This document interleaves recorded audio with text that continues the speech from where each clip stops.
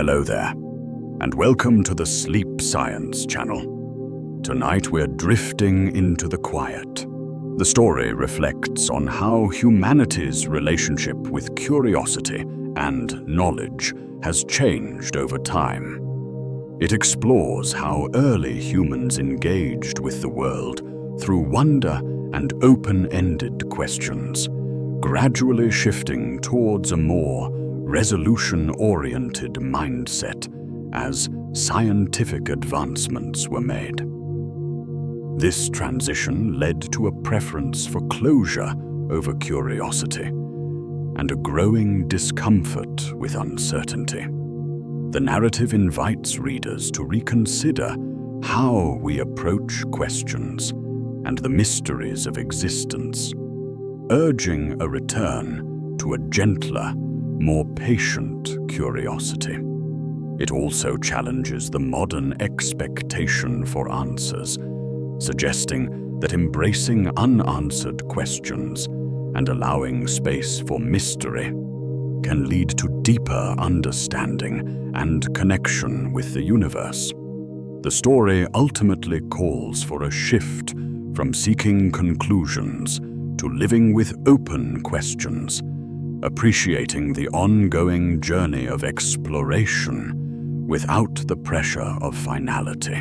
If you enjoy these gentle journeys, I invite you to like, subscribe, or share a thought below. It helps others find their way here too, one sleepy soul at a time. But for now, all you need to do is relax.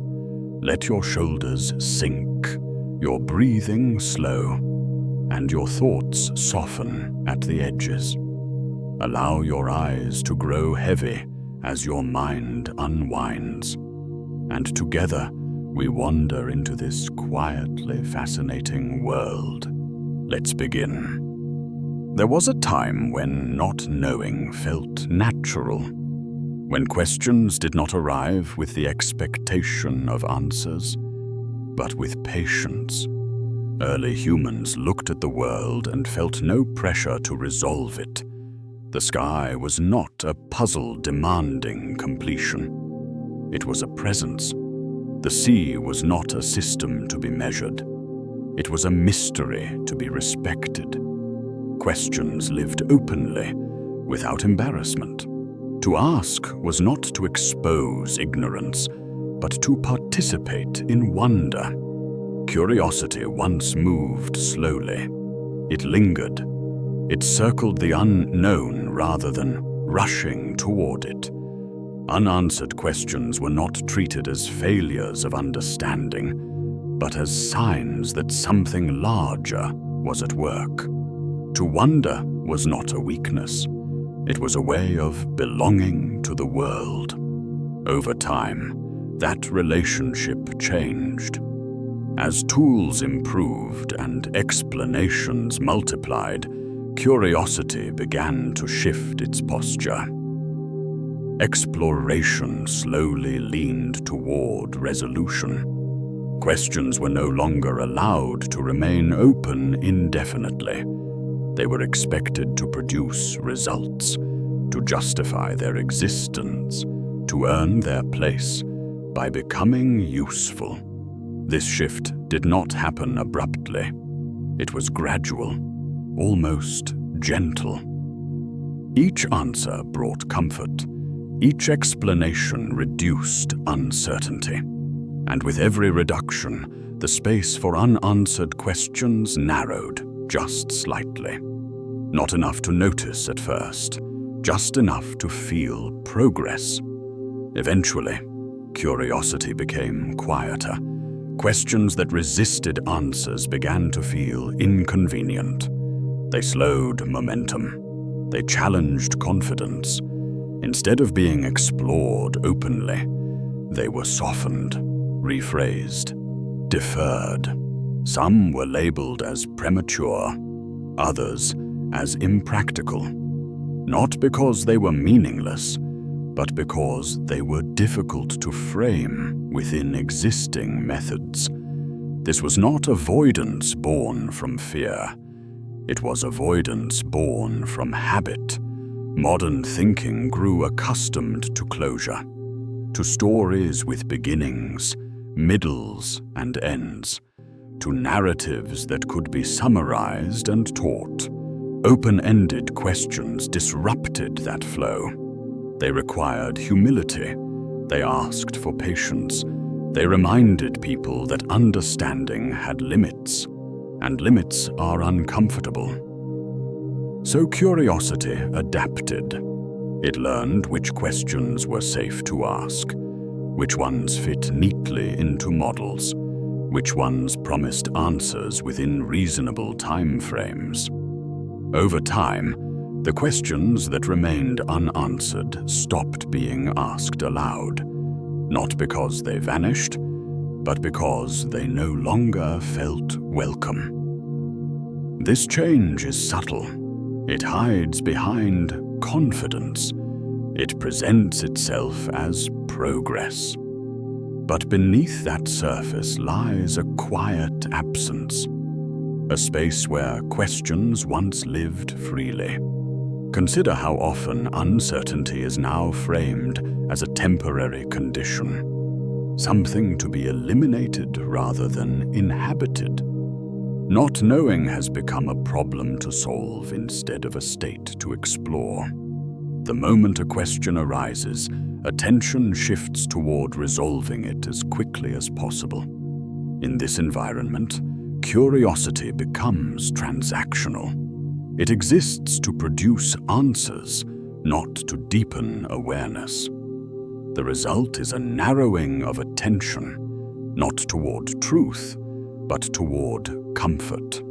Questions that challenge foundational assumptions are gently set aside, not rejected outright, just postponed indefinitely. This postponement rarely feels intentional. It feels reasonable, responsible, focused.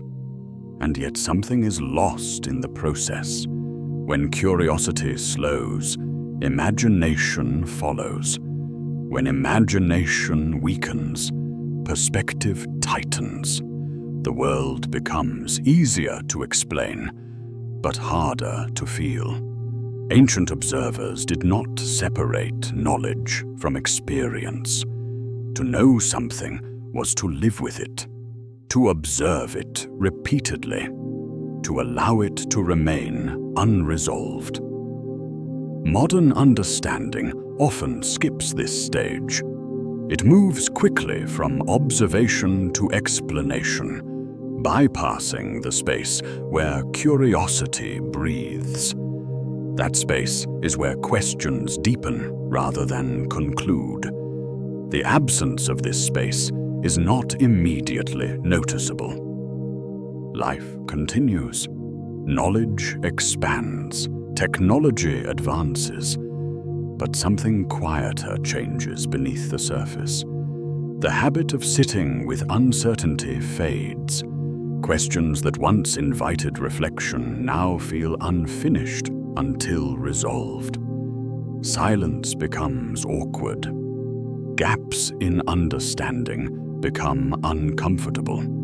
And so, fewer questions are asked. Not because curiosity has disappeared, but because it has been trained to move differently, to seek closure rather than connection. This training is subtle. It happens through education, through language, through expectation. From an early age, questions are rewarded when they produce correct answers, less so when they open new uncertainty. Over time, curiosity learns what is valued. What is valued survives. What does not recedes quietly.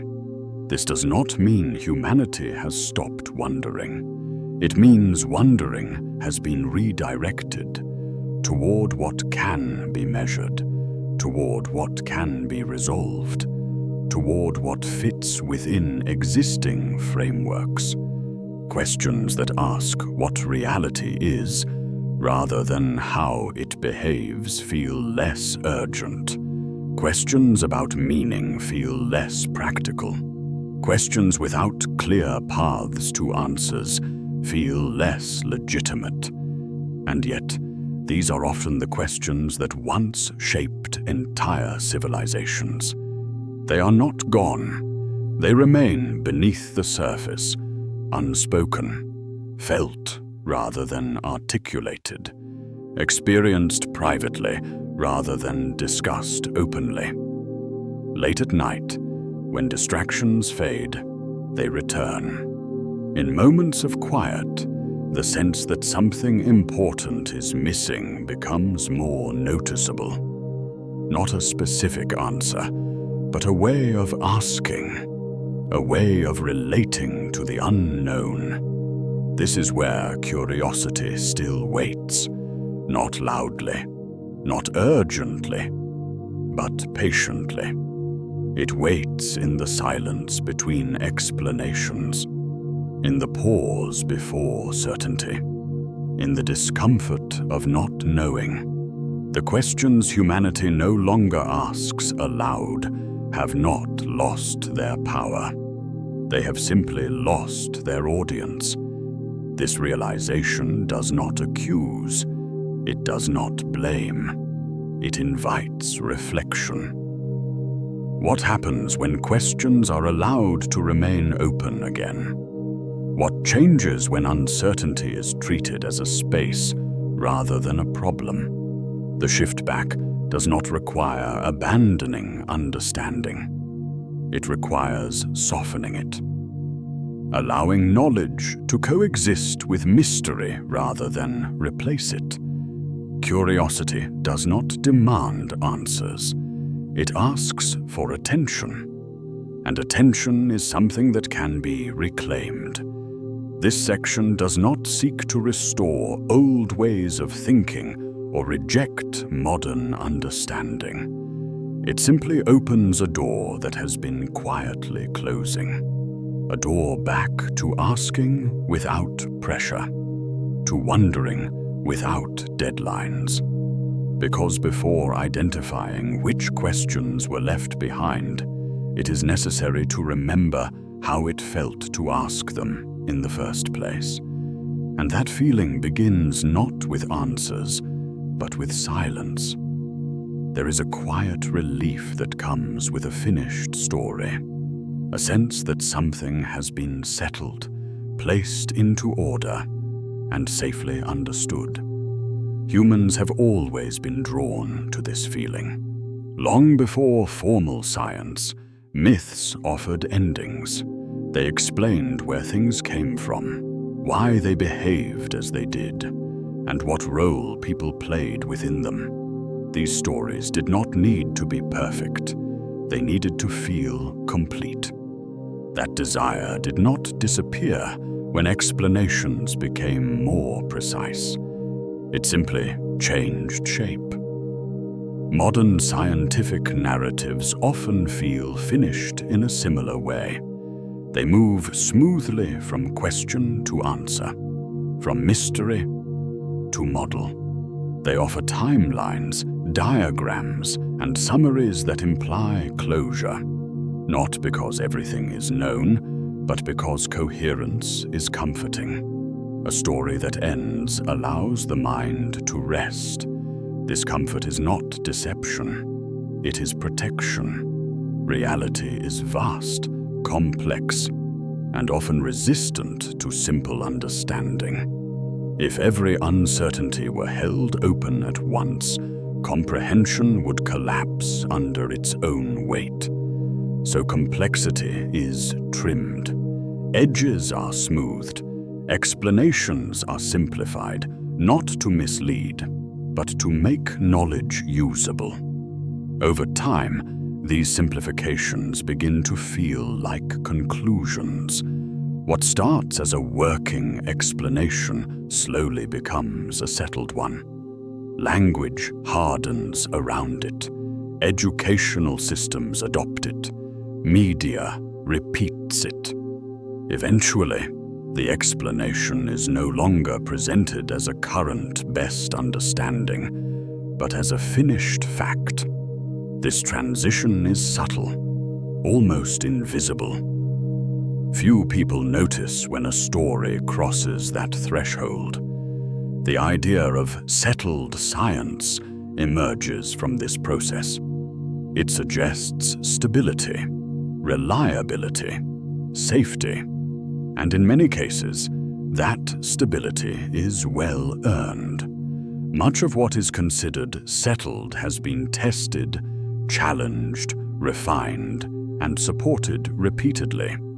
But the phrase also carries an unintended implication. That inquiry has ended. That curiosity has reached its natural stopping point.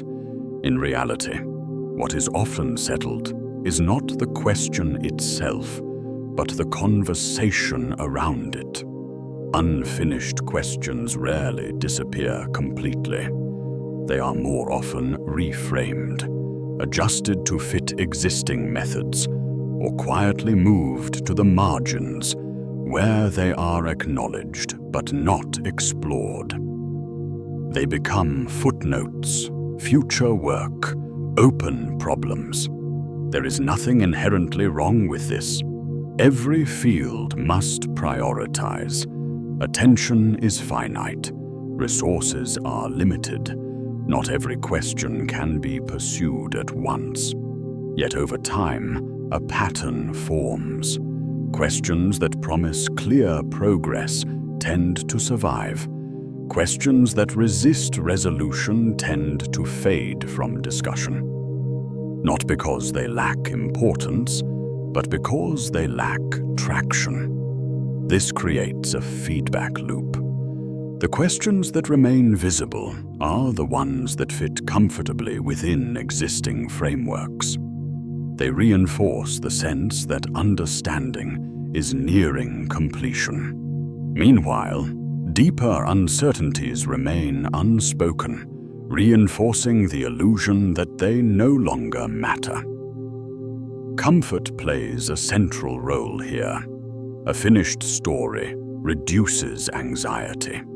It provides orientation. It allows people to feel grounded within reality. An unfinished story does the opposite. It introduces instability. It asks the listener to sit with not knowing. Most people do not seek that feeling consciously. So narratives evolve toward reassurance, toward clarity, toward answers that feel sufficient, even if they are provisional. This is why some questions feel resolved, even when no one can fully answer them. The story around the question has been stabilized. The discomfort has been managed. The uncertainty has been contained. Over time, the difference between explanation and understanding becomes harder to see. Explanation tells us how something behaves within known parameters. Understanding implies something deeper, a sense of why, or at least a sense of context large enough to hold the unknown. Modern narratives excel at explanation. They are less comfortable with open-ended understanding. This is not a flaw. It is a consequence of scale. As knowledge expands, specialization increases. Each field narrows its focus to make progress. Within those boundaries, stories must feel complete to remain useful. Ambiguity slows momentum. Closure accelerates it. But what accelerates progress can also narrow perspective. When stories are presented as finished, curiosity adjusts accordingly. Questions that challenge the frame feel unnecessary. Questions that fall outside the narrative feel irrelevant.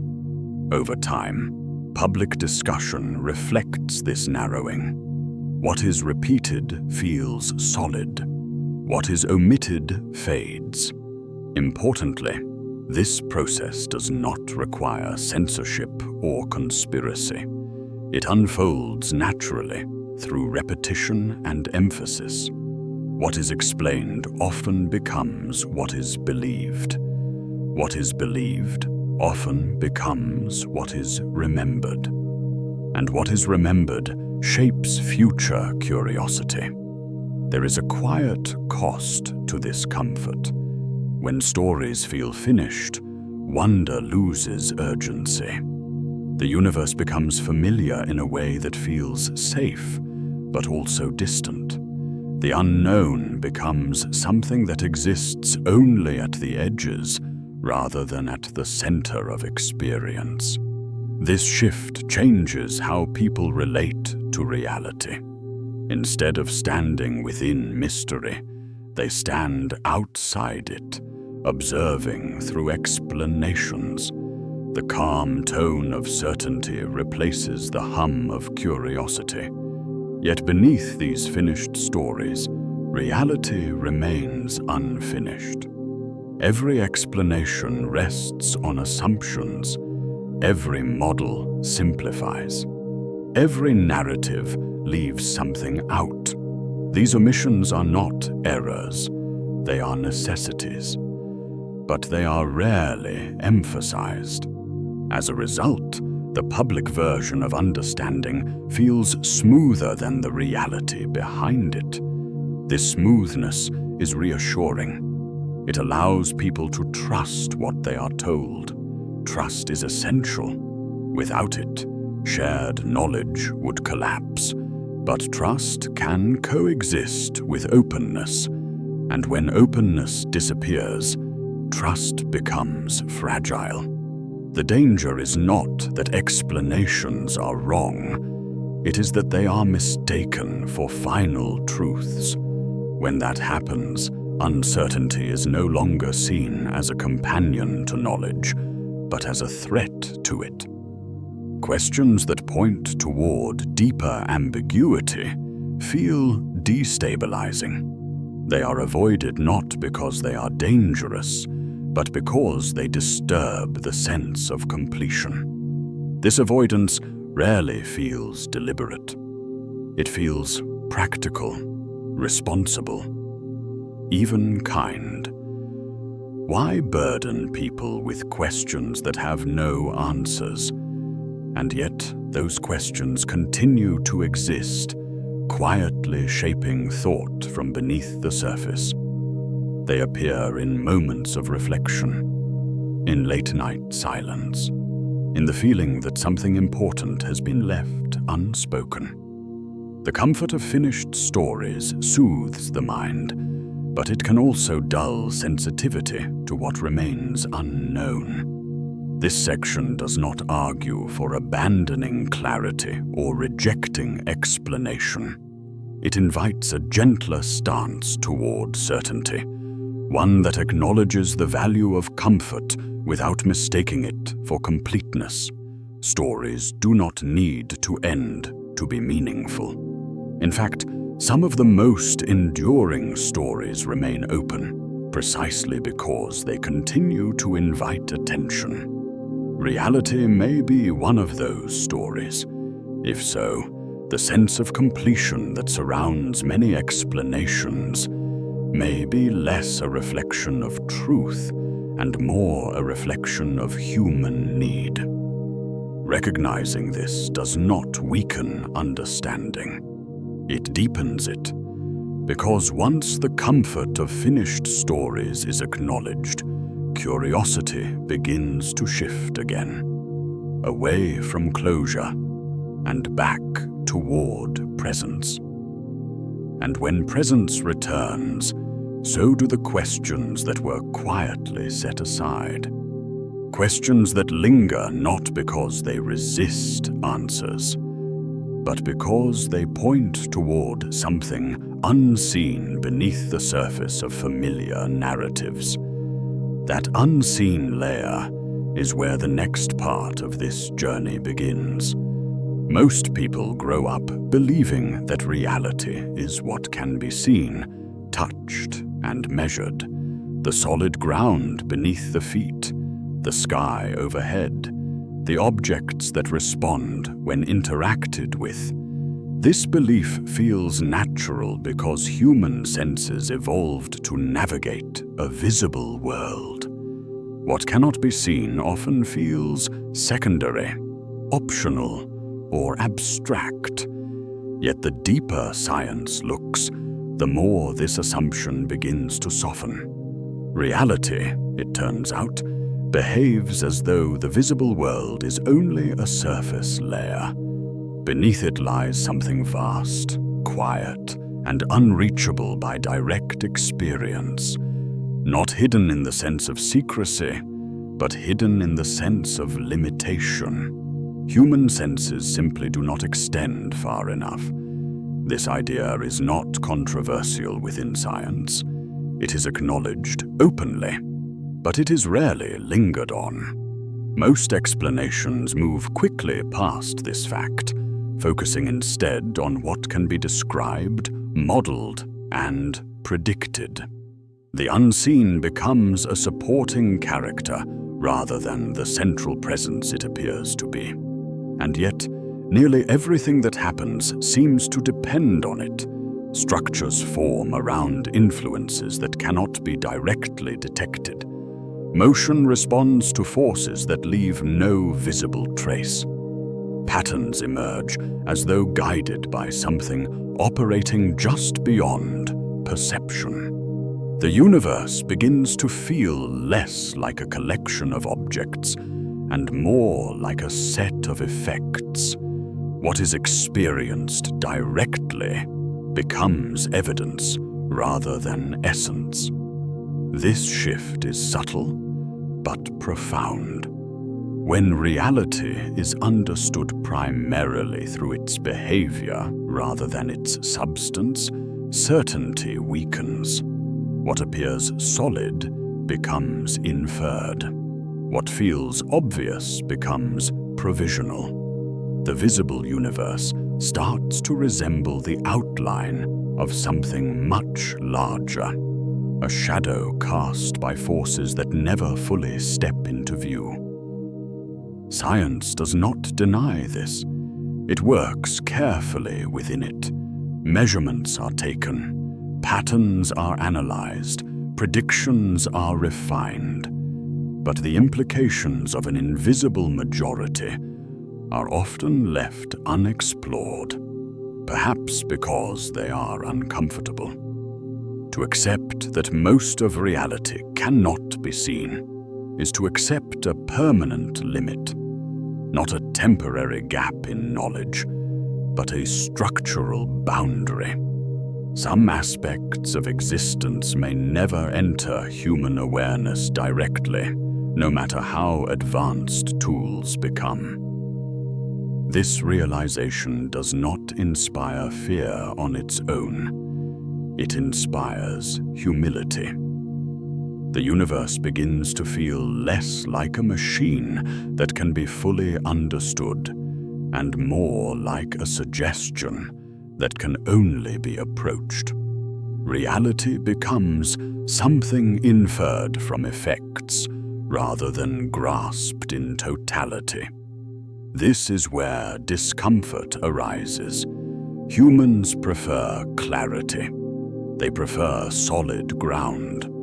An unseen majority challenges that preference. It asks the mind to rest on implication rather than observation. For many, this feels unsettling at first, but when approached slowly, without urgency, it becomes strangely calming. If reality is mostly unseen, then not understanding everything is not a failure. It is a condition of existence. This reframing changes how knowledge itself is felt. Understanding becomes partial by design. Mystery becomes structural rather than accidental. The universe no longer appears incomplete because of missing information. It appears layered, with each layer revealing only what it can. This layering explains why certainty often dissolves under closer examination. The deeper one looks, the more indirect the evidence becomes. Observation gives way to inference. Inference gives way to models. Models give way to assumptions. At each step, something is known, but never fully touched. And yet, these unseen layers shape everything that can be seen. Galaxies form and hold together as though guided by invisible architecture. Space itself behaves as though influenced by pressures that leave no mark. Time responds to conditions that cannot be isolated directly. The visible universe behaves less like a standalone system and more like a surface response. This raises a quiet question. If most of reality cannot be observed, then what does observation really mean? To observe may be less about seeing and more about noticing patterns, less about direct contact and more about careful listening. In this sense, science becomes an act of interpretation rather than revelation. It reads the behavior of reality, not its substance. This does not weaken science.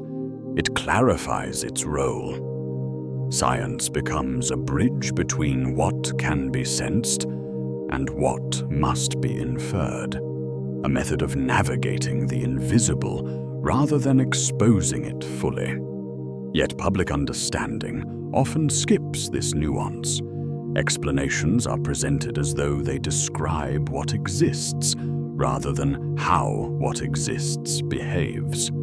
This difference matters. When behavior is mistaken for essence, confidence grows faster than understanding. The universe feels known when it is only partially described. Recognizing the invisible majority restores balance. Reality regains its depth. It stops feeling flat. It stops feeling fully accessible. The unseen becomes central again, not as a threat, but as a context. This context changes how questions are asked. Instead of demanding complete answers, curiosity learns to accept partial insight. Instead of seeking final explanations, it learns to appreciate alignment and consistency. The universe becomes something that suggests rather than declares. This suggestion is not vague. It is precise in its own way. The unseen influences are consistent. They behave reliably. They shape reality predictably, even if they cannot be isolated. This consistency allows trust without visibility. Trust becomes a form of relationship rather than control. To live within a reality that is mostly unseen is to accept that presence does not require visibility. Influence does not require appearance. Meaning does not require complete access. This acceptance softens the mind. It reduces the pressure to resolve every uncertainty. It allows curiosity to linger without frustration. Late at night, when the world quiets, this perspective feels natural. The unseen no longer feels distant. It feels present, shaping everything without asking to be noticed. The universe feels less like an object and more like a field of influence, something that surrounds rather than confronts. This does not remove mystery. It deepens it gently. If most of reality is invisible, then what is seen is only a hint, a surface ripple, a clue. The visible universe becomes an invitation rather than a conclusion. This realization prepares the mind for the next step. If unseen things shape existence so completely, then their presence must reveal itself through movement. Motion becomes the language of the invisible, and it is through motion that the universe begins to speak more clearly, not by showing itself, but by acting in ways that cannot be ignored. There are moments when the universe seems to reveal itself not by showing what it is, but by showing what it does. Motion becomes the message, not loud or dramatic, but persistent, a quiet insistence that something unseen is present, shaping everything without stepping forward to be recognized. Galaxies offer one of the clearest examples. They rotate with a steadiness that feels intentional, as if held together by an invisible hand. Stars move in wide, graceful arcs, obeying patterns that cannot be explained by what is visible alone. From a distance, the motion appears calm and orderly, but beneath that calm is a contradiction. What can be seen is not enough to account for what is happening. This contradiction is not treated as a crisis. It is treated as a clue. Instead of forcing visibility where none exists, science listens to behavior. It watches how things move, how they respond, how they remain bound when logic suggests they should drift apart. The unseen does not announce itself, but it leaves fingerprints everywhere. Reality behaves as though guided. This guidance is subtle. It does not interrupt. It does not demand attention. It allows structures to form slowly, patiently, over immense spans of time. The universe does not rush to explain itself. It simply continues to act. Motion becomes a kind of language, one that does not rely on symbols or sound, but on consistency. Over time, patterns repeat, orbits stabilize, systems endure. Something unseen must be maintaining balance, even if it cannot be isolated or named in any satisfying way. This realization changes how absence is understood. When something cannot be seen, it does not imply that nothing is there. It implies that presence has taken a different form. Influence replaces appearance. The universe seems comfortable with this arrangement. It does not seek recognition. It does not reveal its structure for convenience. It allows itself to be inferred, not encountered directly. This restraint gives reality a quiet dignity. It does not overwhelm with spectacle. It persuades through patience.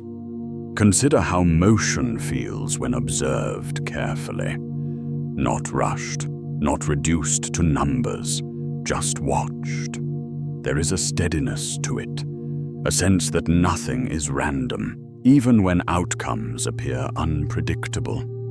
The universe moves as though following rules that exist prior to observation, rules that do not bend to attention. This challenges a deeply held assumption that what matters most should be visible. That importance demands appearance. The universe suggests otherwise. The most influential aspects of reality remain hidden, yet they govern everything. They do not need to be seen to be effective. They do not need to be named to be real. This creates a strange inversion. The visible world becomes secondary, not unimportant, but incomplete. What is seen becomes a response to what is unseen. Structures form because of forces that never appear. Motion persists because of influences that never announce themselves. This is not a flaw in understanding. It is a characteristic of reality. The universe behaves as though it values restraint. It does not reveal more than necessary. It allows its presence to be felt without being exposed. There is something calming in this, a sense that reality does not demand mastery. It allows participation without control. When motion is viewed this way, it becomes less about destination and more about maintenance. Things move not to arrive, but to remain in balance, to sustain form, to preserve relationship. Galaxies do not spin to go somewhere. They spin to stay together. This reframing alters how progress is imagined. Movement is no longer a sign of advancement. It is a sign of continuity. The universe appears less interested in change than in coherence. Even dramatic events, when observed from a distance, resolve into patterns. Explosions lead to structure. Collapse leads to formation. Motion leads back to balance. All of this occurs without explanation, without announcement. The unseen does not hurry. It does not correct itself loudly. It adjusts quietly through motion that unfolds over time. This patience invites a different kind of attention, one that does not seek revelation, but recognition. Recognition of influence without appearance. It also invites humility. If the most powerful aspects of reality cannot be seen, then vision is no longer the highest authority. Understanding must rely on listening rather than seeing, on noticing behavior rather than demanding disclosure. The universe does not respond to impatience. It does not reward force. It reveals itself slowly, through consistency. This consistency becomes reassuring. Even when causes are unknown, effects remain reliable. Motion obeys rules that do not change with belief or expectation. The unseen is not chaotic. It is disciplined. This discipline suggests that reality is structured far beyond what is accessible, that what humans observe is a small surface layer of a much deeper order. Accepting this does not require belief. It requires attention. Attention to how things move, how systems hold together, how balance is preserved without visibility. The universe does not explain itself, but it does demonstrate itself. This demonstration is ongoing. It does not end. It does not conclude. And it leaves room for interpretation rather than resolution. Motion, in this sense, becomes a conversation without words, a dialogue between what can be seen and what cannot. The visible world responds continuously to influences it never fully understands. This relationship feels ancient, older than explanation, older than observation itself. Long before humans measured movement, reality moved. Long after explanations fade, it will continue. The universe does not appear concerned with being understood. It appears concerned with maintaining coherence. This realization softens the need for answers. If understanding is partial by design, then implication becomes enough. The unseen does not need to be exposed to be acknowledged. It only needs to be noticed through its effects. And those effects are everywhere. Every rotation, every orbit, every sustained structure points back to something quietly holding things together. This does not close inquiry. It deepens it.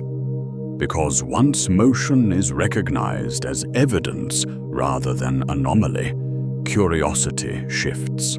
It stops asking what something is and starts asking how it behaves. This shift opens new questions, questions that are less about appearance and more about relationship. And as these questions arise, another assumption begins to loosen. If invisible forces shape space so thoroughly, then time itself may not behave as simply as it appears. Motion does not only occur within time, it may shape time as well. The universe has already shown that what cannot be seen can still govern everything. It may be preparing to reveal that what feels constant may be far more flexible than assumed. Time feels obvious. It moves from morning to night, from childhood to age, from memory into absence. Clocks confirm it. Calendars depend on it. Every habit of daily life reinforces the idea that time flows in a single direction, steady and unquestioned. It feels less like a concept and more like a law, something so reliable that it rarely invites curiosity. Yet this sense of forward motion may be more fragile than it appears. The universe does not experience time the way humans do. What feels like an endless march forward from one moment to the next may be closer to a perspective than a rule. Time behaves differently depending on where it is observed, how it is measured, and what conditions surround it. Instead of acting as a universal river carrying everything along, time begins to resemble something woven into reality itself, stretching and settling in response to circumstance. This idea does not require equations to feel unsettling. It only requires patience. Imagine time not as a line, but as a landscape. In some places, it feels smooth and predictable. In others, it curves, slows, or compresses. What feels like a long moment in one place may pass unnoticed in another. The universe does not enforce a single rhythm. It allows variation. From this perspective, time becomes less of a ruler and more of a property, something that emerges from how reality is arranged rather than something that governs it from above. The universe does not move through time. Time moves with the universe. This subtle shift changes everything. If time is a feature of reality rather than its master, then progression loses its authority. Forward motion becomes a habit of experience rather than an absolute truth. The sense of always moving away from the past and toward the future begins to soften. The universe appears layered rather than linear. Events do not simply replace one another. They exist within a structure where relationships matter more than sequence. Moments are not erased when new ones arrive. They settle into place, becoming part of a larger arrangement. This idea feels counterintuitive because human awareness is limited. Consciousness experiences one moment at a time. Memory gives the illusion of distance, and anticipation creates the sense of direction. But these are features of perception, not necessarily features of reality. The universe itself shows little concern for human pacing. Light travels across immense distances, carrying information from events that occurred long before awareness could receive them. When those signals arrive, the past does not feel gone. It feels present, arriving now, unchanged by the delay. The universe delivers moments without regard for when they happened. This alone suggests that time does not behave uniformly. From a cosmic perspective, what humans call past and present may exist simultaneously, separated only by position and movement. The idea of a single, shared now begins to dissolve. Time becomes contextual. In some regions of reality, processes unfold slowly. In others, they accelerate. The flow of time responds to conditions rather than enforcing them. It bends where mass gathers. It stretches where space expands. It adjusts without asking permission. The universe does not treat time as sacred. It treats it as flexible. This flexibility does not announce itself loudly. It reveals itself quietly, through inconsistencies, through moments where expectations fail, through observations that refuse to align perfectly with intuition. Instead of confronting this directly, most explanations smooth over the discomfort. Time is treated as a background assumption, stable enough for practical use. And for daily life, this works well. But beneath that practicality lies a deeper reality. Time may not be something that moves forward universally. It may be something that unfolds differently depending on where one stands within the universe. What feels like progression from one perspective may look like stillness from another. This reframing invites a different relationship with experience. If time is not an unstoppable current, then urgency loses some of its grip. The pressure to keep up, to move forward, to outrun loss begins to soften. Moments feel less like stepping stones toward disappearance and more like positions within a larger structure.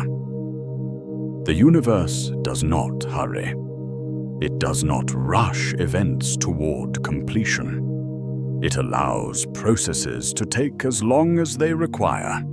Billions of years pass without impatience. Entire eras unfold without emphasis.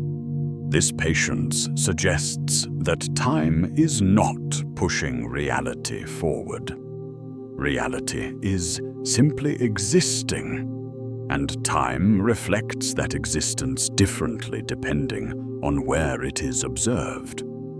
The idea of a universal clock becomes difficult to maintain. Instead, time feels local, personal, dependent. This does not mean it is meaningless. It means it is relational. The universe does not offer a single tempo. It offers countless rhythms, overlapping and interacting without a central conductor. Human experience occupies one of those rhythms. It feels consistent because it is familiar, not because it is absolute. Recognizing this creates space for wonder.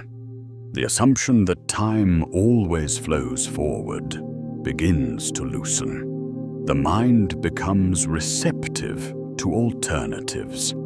What if time does not erase moments as it passes? What if it simply repositions awareness?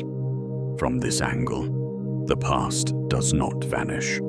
It becomes distant, not gone. It exists elsewhere within the structure of reality, inaccessible not because it no longer exists, but because awareness has moved. This idea does not need to be accepted to be felt. It resonates quietly, especially in moments of reflection. Late at night, when the world slows and distractions fade, time feels different. Memories surface with clarity. Long moments stretch, short ones disappear. The rigid sense of progression softens. The universe seems to mirror this experience on a larger scale. Time stretches where attention deepens. It compresses where awareness thins. It responds rather than commands. This responsiveness suggests that time is not the driver of reality, but one of its expressions.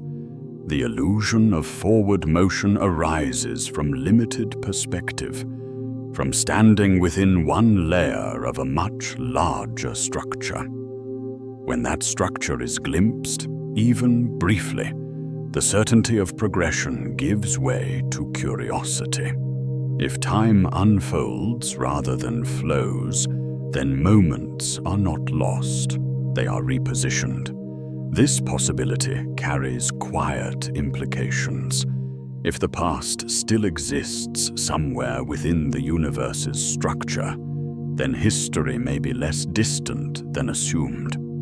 Memory may be more than recollection. It may be a form of alignment.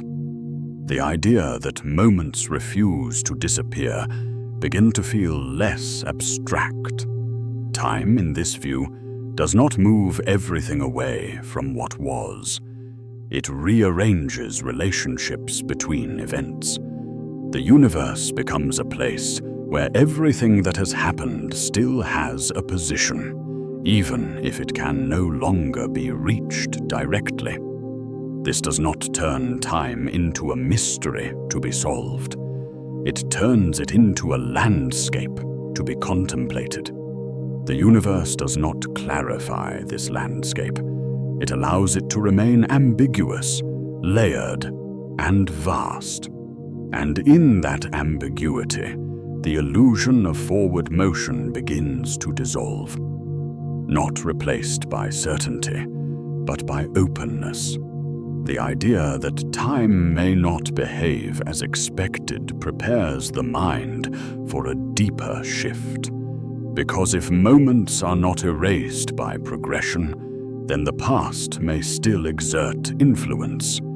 It may not be behind us at all. It may be present in ways that awareness has not learned to recognize yet. And it is toward that possibility that attention now begins to turn. The past is usually spoken of as if it has left, as though it packed itself away, dissolved into memory, and no longer occupies space in the universe. We describe it as gone, finished, unreachable. Language itself reinforces the idea that time erases what it touches, that moments fall away behind us as we move forward. But this assumption depends entirely on the belief that time flows in one direction, evenly, everywhere. If that belief begins to weaken, something unsettling comes into view. If time does not move uniformly across the universe, then moments may not vanish when they are experienced. They may persist, held in place by the same structure that allows time to bend, stretch, and behave differently depending on circumstance. The past may not be erased. It may simply be positioned somewhere awareness no longer occupies. This idea does not demand belief. It only asks for patience. Consider how light behaves. When light leaves a distant star, it travels for years, sometimes for millennia, before reaching an observer. When it arrives, the event that created it is no longer recent, yet it is not gone. It is present now, arriving intact, carrying information unchanged by the passage of time. The universe delivers moments long after they occur, as if preserving them until they are seen. This alone suggests that events do not fade simply because time has passed. They remain accessible under the right conditions. From this perspective, the past is not destroyed. It is displaced. Human experience creates the illusion of disappearance because awareness moves forward through one narrow path. Memory becomes the only permitted access point to what came before. But memory is a tool of the mind, not a map of reality. It filters, reshapes, and forgets. Reality may be far less selective. The universe does not forget in the way humans do. If time is layered, then every moment occupies a position within that structure. Past events are not behind us in a linear sense. They are elsewhere, still existing, still part of the universe's total arrangement. Awareness has moved, but the moment remains where it formed. This reframing changes the meaning of history. History becomes less like a sequence of vanished events and more like a terrain beneath the present. Layers of existence stacked rather than erased.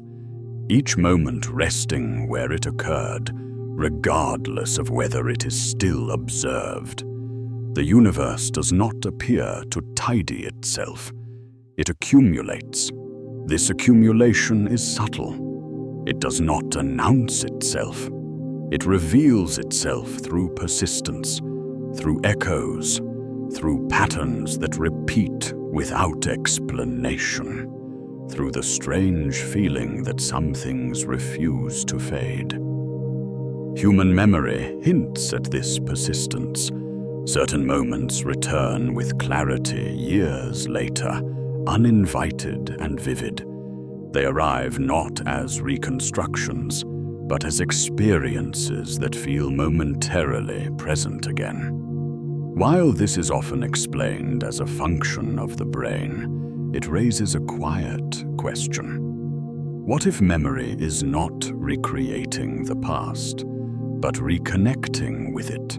If moments persist somewhere within the structure of time, then memory may be a form of alignment rather than imagination. Awareness briefly touches a layer it no longer inhabits. This idea remains speculative, but it resonates with the universe's behavior. The universe does not discard information easily. Patterns endure. Structures form and reform. Motions repeat. Nothing seems eager to disappear. Even destruction leaves traces. Stars collapse, yet their influence remains. Galaxies collide, yet their shapes linger. Energy changes form, but it does not vanish. The universe conserves far more than it releases. Time may behave the same way. Rather than erasing moments, it may reposition them, preserving their existence while shifting awareness elsewhere. This possibility makes the past feel closer, not emotionally closer, but structurally closer. The distance between now and then becomes a matter of access, not absence. The past exists, but awareness is no longer aligned with it. This does not mean it can be revisited. It means it may still exert influence. Persistent moments may shape the present in ways that are subtle and indirect, through patterns that feel familiar, through behaviors that repeat without clear cause, through structures that seem guided by history rather than chance.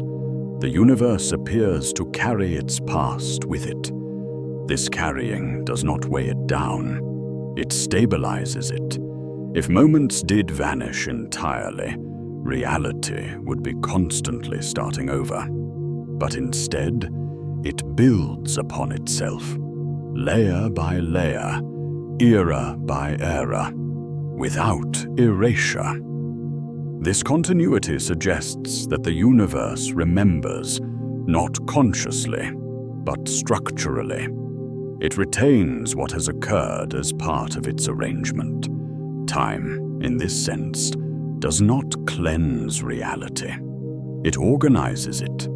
The idea that moments refuse to disappear invites a gentler relationship with existence. Loss feels less final. Change feels less absolute. What has been may still be present, even if unreachable. This perspective does not deny the forward movement of experience. It reframes it. Awareness moves, reality remains.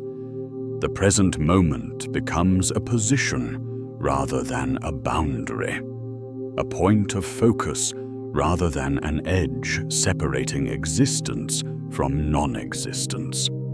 Late at night, when distractions fall away, this idea feels easier to hold. The sense of time loosens. Memories drift closer. The distance between moments feels less rigid. The universe seems to echo this softness. Silence deepens. Stillness expands. The present feels less urgent. In that quiet, the idea that the past still exists stops feeling abstract. It feels intuitive, like something the mind once understood before learning to categorize time so strictly. This intuition does not demand answers. It invites contemplation. If moments persist, then history is not gone. It is layered. If time is flexible, then disappearance is an assumption, not a certainty. The universe offers no clarification. It allows the implication to remain unresolved. And it is within that unresolved space that a deeper question forms. If moments remain, if history endures within the structure of reality, then persistence begins to resemble memory. Not human memory, but something broader, something woven into existence itself. This raises a quiet, unsettling possibility. The universe may remember more than it reveals, and if memory exists at that scale, then repetition is not random. Patterns are not accidents. Structures are not arbitrary. They may be the universe carrying its past forward without erasing it. This possibility does not demand belief.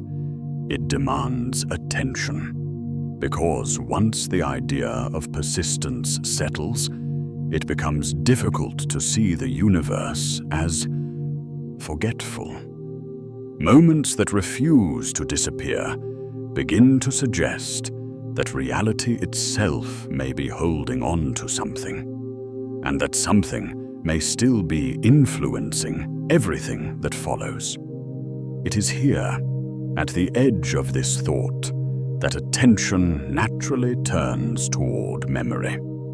Not memory as humans understand it, but memory as a property of existence, a quiet continuation that does not announce itself, a persistence that does not explain itself, a question that remains, waiting to be noticed. The universe has a habit of repeating itself. This repetition is not obvious at first glance. It reveals itself slowly across distance and scale, through shapes that feel familiar long before they are understood. Spiral galaxies echo the curves of hurricanes. Branching patterns appear in rivers, lightning, trees, and blood vessels. The same geometries surface again and again, separated by size, substance, and context, yet aligned with unsettling precision. At first, these similarities feel coincidental. The mind looks for efficiency, for simple explanations. Perhaps these shapes are merely practical solutions to physical constraints. Perhaps repetition is just the easiest way for matter to arrange itself. These explanations are not wrong, but they are incomplete, because the repetition is too consistent to ignore. Across vast stretches of space and time, the universe returns to the same arrangements. Not roughly, not loosely, carefully, as though certain structures are favored, selected, or remembered. The universe does not explore infinite variation. It revisits familiar forms. This behavior raises a quiet question. Why does reality return to the same patterns when so many alternatives are possible? The universe is not limited by imagination. It operates under physical rules, but within those rules, variation is immense. And yet, the same motifs appear repeatedly, as if carved into the fabric of existence. Spirals, waves, lattices, symmetries. They emerge wherever conditions allow, regardless of location or era. This consistency feels intentional without implying intention. It resembles memory without implying awareness. Memory, at its simplest, is persistence. The tendency for something to reappear, to influence what comes next. In human experience, memory guides behavior by preserving past information. In the universe, repetition may serve a similar function without thought or choice. Certain arrangements endure because they are embedded deeply into how reality behaves. The universe does not seem eager to reinvent itself. Instead, it refines. Patterns do not appear once and vanish. They stabilize, they recur, they anchor complexity. Over time, they become familiar landmarks within the chaos of possibility. The universe builds upon them rather than abandoning them. This building creates the illusion of progress, but beneath it lies continuity. The same structures that shape galaxies also shape storms.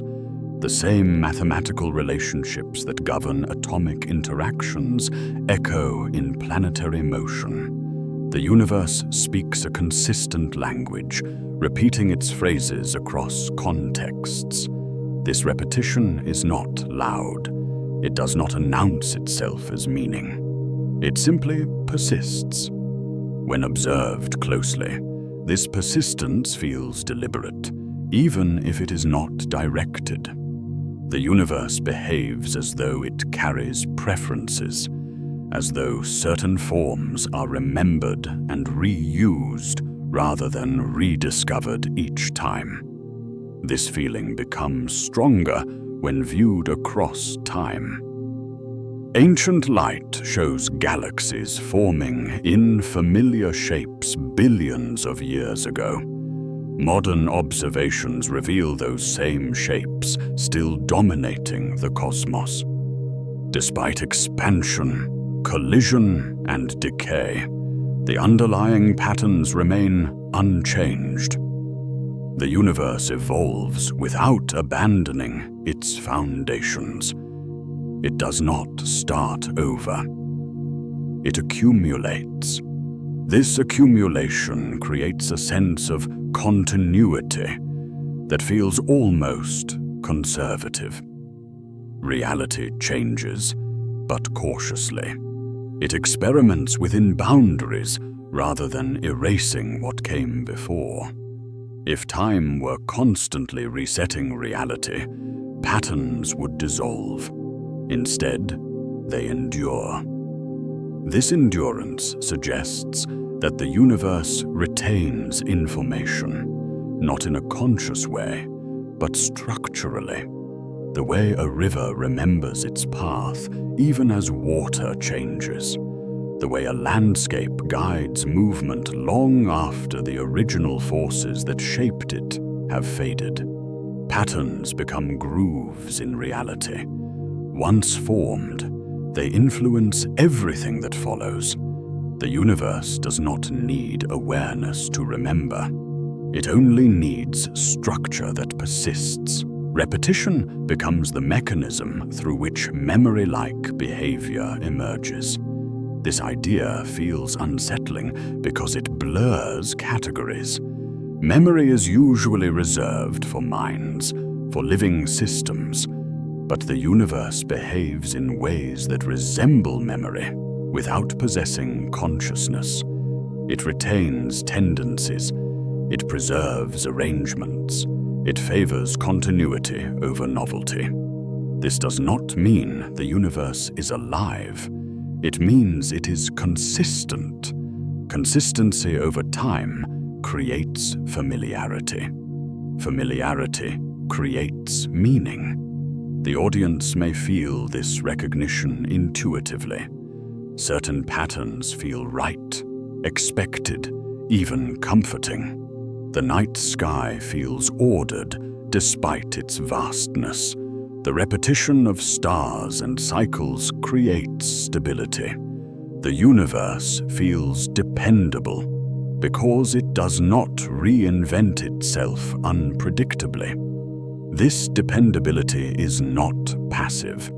It is active repetition. And repetition, when observed across immense scales, begins to resemble a record.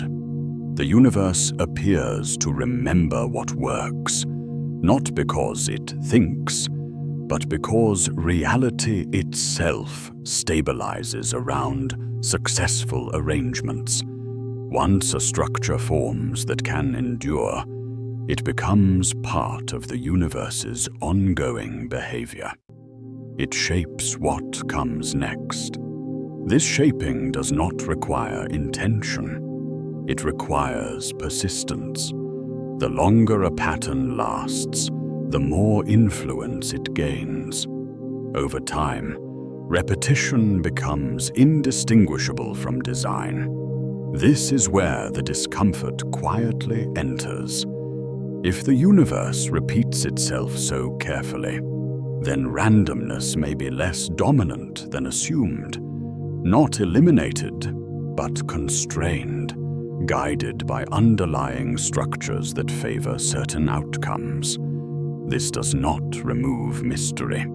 It deepens it. Why these patterns? Why these shapes? Why this consistency?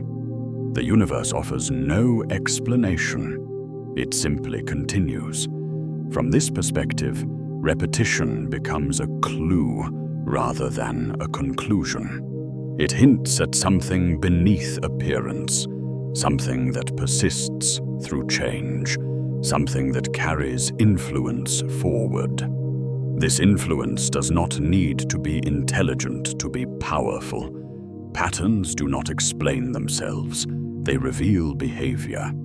And behavior, when consistent, invites interpretation. The universe behaves as though it carries its past forward, embedding previous arrangements into future outcomes.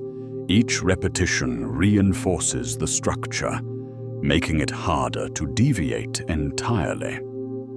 Reality becomes a layered process rather than a series of clean starts. This layering creates depth. It also creates loss. If the universe builds upon itself rather than resetting, then what happens when layers disappear?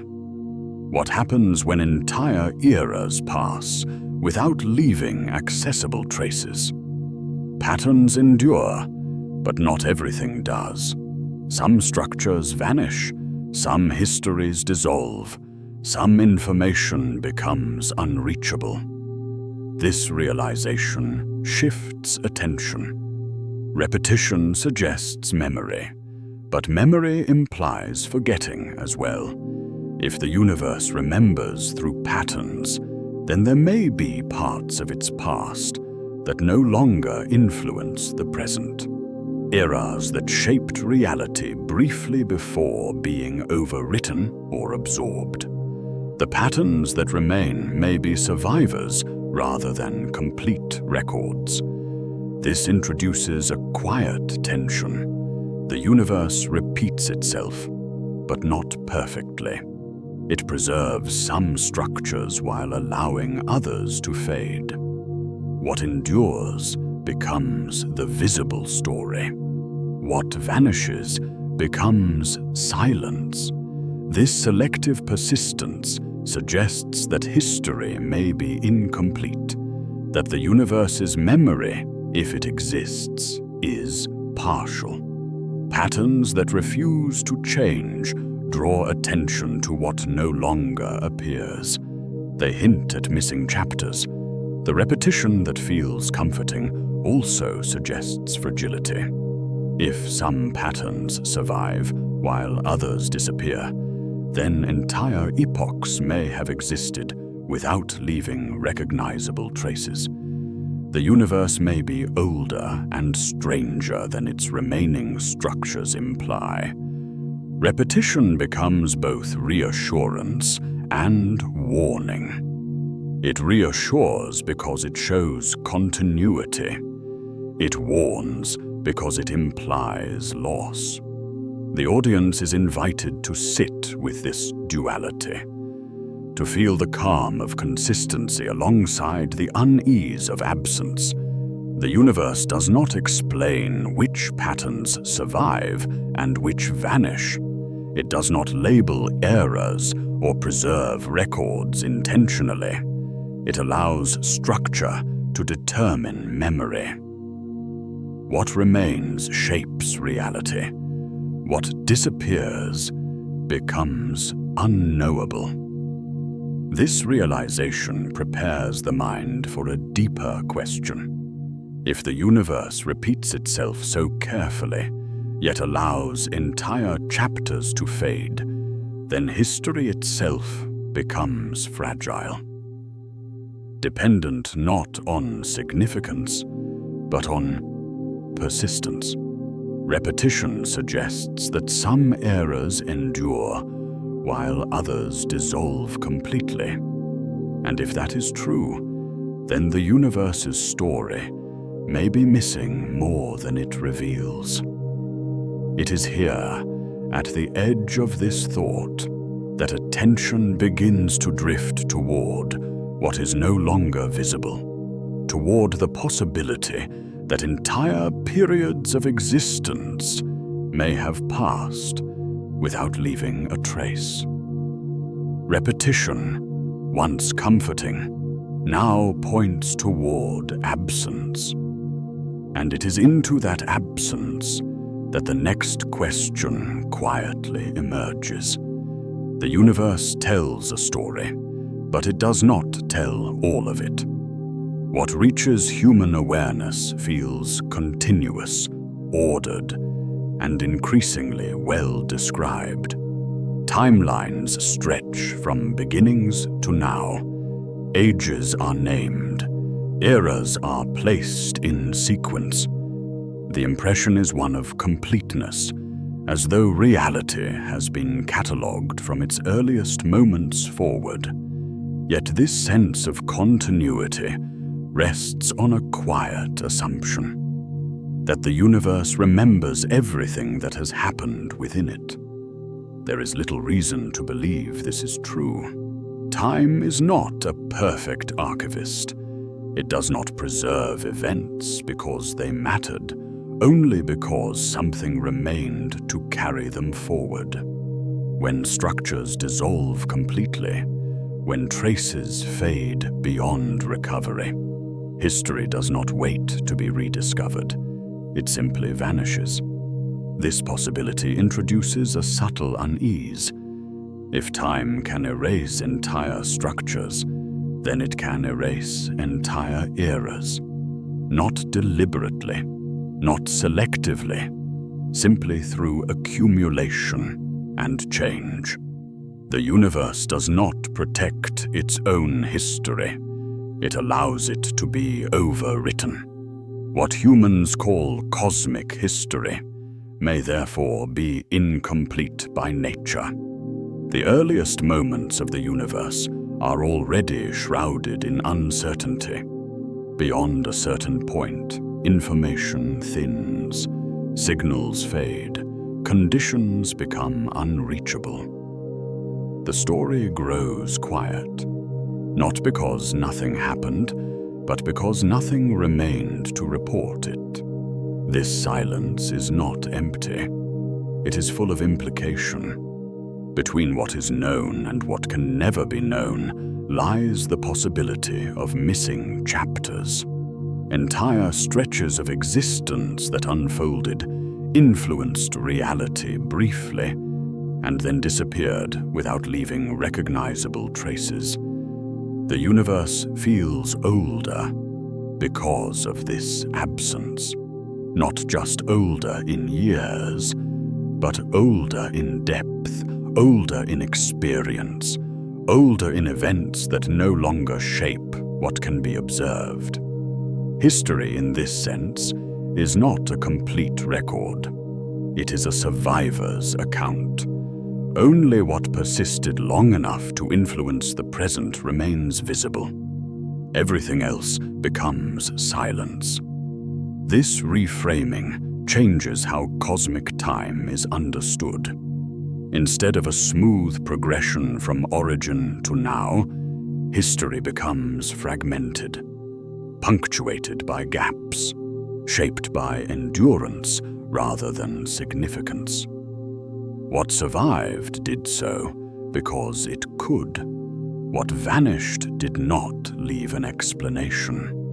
The universe does not offer closure for these gaps. It does not hint at what was lost. It does not mourn missing eras.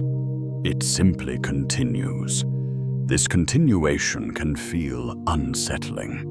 It suggests that reality is comfortable with forgetting, that the universe is not concerned with preserving its own past. If eras vanished without trace, then the universe has already experienced versions of itself that no longer exist in any accessible form. Not alternate realities, but previous configurations, different arrangements, different balances, different outcomes. These versions did not fail. They simply did not persist. This possibility deepens the mystery of existence. The universe may have passed through phases that shaped its current state indirectly, then disappeared completely. influences without records, causes without evidence. History, as humans understand it, becomes an outline rather than a narrative. The missing chapters are not errors, they are consequences. Time, combined with change, erases more than it preserves. Structures dissolve, information disperses. Signals weaken. Eventually, even the imprint of an era can disappear. The universe does not rewind. It does not store backups.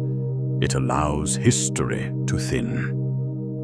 This thinning creates the illusion of simplicity. The universe appears to have a clean beginning, a clear progression, a manageable story. But this clarity may result from loss rather than order. What remains is not everything that happened. It is everything that endured. This realization shifts the meaning of evidence. Absence does not indicate non-existence. It indicates erasure. Deep time becomes harder to visualize when this is accepted. The universe stretches further back than its remaining signals suggest, not just in duration, but in complexity. There may have been structures before the earliest light humans can observe, forms of organization that left no lasting imprint, phases that shaped conditions briefly before dissolving. The universe does not confirm this. It does not deny it. It remains silent. This silence is not proof. It is an invitation to humility. Human understanding depends on traces, on patterns that survived, on signals that arrived intact. When those traces are gone, understanding ends. The universe does not guarantee accessibility. This fragility of history introduces a deeper vulnerability. If entire eras can vanish, then observation itself becomes temporary. What is seen now may not remain visible forever. Structures currently observable may one day dissolve beyond recognition. Reality is not only unfolding, it is thinning. This does not imply collapse. It implies transformation. The universe appears resilient, but its memory may not be. Patterns endure, but not all patterns. Some are overwritten, some dissolve into noise, some never reach awareness. The story humans tell about the universe may therefore be a narrow slice, a version shaped by survival bias rather than completeness. What feels like a beginning may be a midpoint. What feels like an origin may be a restart. The universe does not announce when chapters end. They simply fade. This fading creates a quiet discomfort. If history can disappear, then certainty becomes provisional. Knowledge rests on what remains, not on what mattered. This does not undermine science. It contextualizes it. Science describes what can be observed, measured, and inferred from surviving traces. It does not claim to describe everything that ever existed. That assumption is often added unconsciously. The universe may be far stranger than its visible history suggests, older than its light, deeper than its records. The missing chapters are not errors to be corrected. They are reminders of limitation. This limitation invites a gentler relationship with knowledge. Confidence softens, curiosity deepens. If entire eras passed without leaving a trace, then reality is not obligated to be legible. It does not owe explanation. It does not preserve itself for future observers. It simply exists. This understanding shifts attention toward the act of observing itself. If history can vanish, then observation becomes fragile, temporary, dependent on timing, position, and persistence. To observe something is not to guarantee its permanence. The universe may allow awareness briefly, then move on. This fragility does not diminish the value of observation. It heightens it. What is seen now exists within a narrow window, a moment of alignment between awareness and persistence. The universe does not pause to be understood. It allows glimpses, and those glimpses may be all that ever remain. As this realization settles, the audience is invited to hold a quieter question. If history can vanish, if eras can dissolve without trace, then what is the nature of observing at all? Is observation a way of capturing reality, or merely a fleeting contact with something already passing? The universe offers no reassurance. It allows the question to remain. And in that unresolved space, attention naturally shifts toward the act of noticing itself. Because if history is fragile, then the role of observation becomes uncertain. Not powerful, not controlling, but precarious. And it is within that precariousness that the next layer of mystery quietly waits. Observation feels passive. It suggests distance, neutrality, safety. To watch something is to believe that it remains unchanged by being seen, that reality continues exactly as it would whether or not attention is present. This assumption feels comforting. It allows the observer to remain separate from the observed, untouched by consequence. Yet the universe does not fully support this idea. At its most basic level, observation is not absence. It is interaction. To notice something is to engage with it, even if that engagement feels silent and indirect. Attention is not empty. It carries presence. The universe responds to presence. This response does not resemble intention or awareness.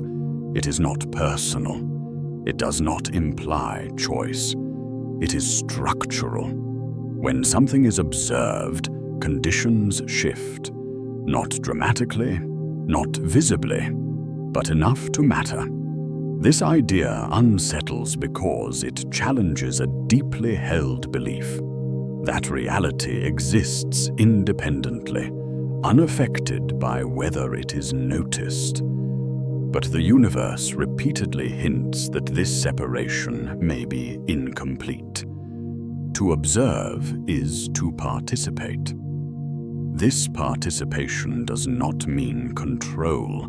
It means influence. When attention enters a system, the system is no longer isolated.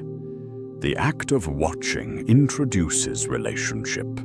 The universe does not ignore relationship. It accommodates it. This accommodation is subtle. It does not announce itself as cause and effect. It reveals itself through patterns that resist purely detached explanation. Outcomes shift slightly. Possibilities narrow. What could happen becomes what does happen. The universe appears responsive, but not reactive. It does not respond with intention. It responds with adjustment. This adjustment is enough to matter. The idea that observation alters outcomes does not require complex language to feel profound. It only requires noticing how reality behaves when attention is applied. Not just in controlled settings, but in experience. Moments feel different when they are noticed. Time stretches when awareness deepens. Details sharpen. Patterns emerge that were invisible before. The act of paying attention reorganizes experience.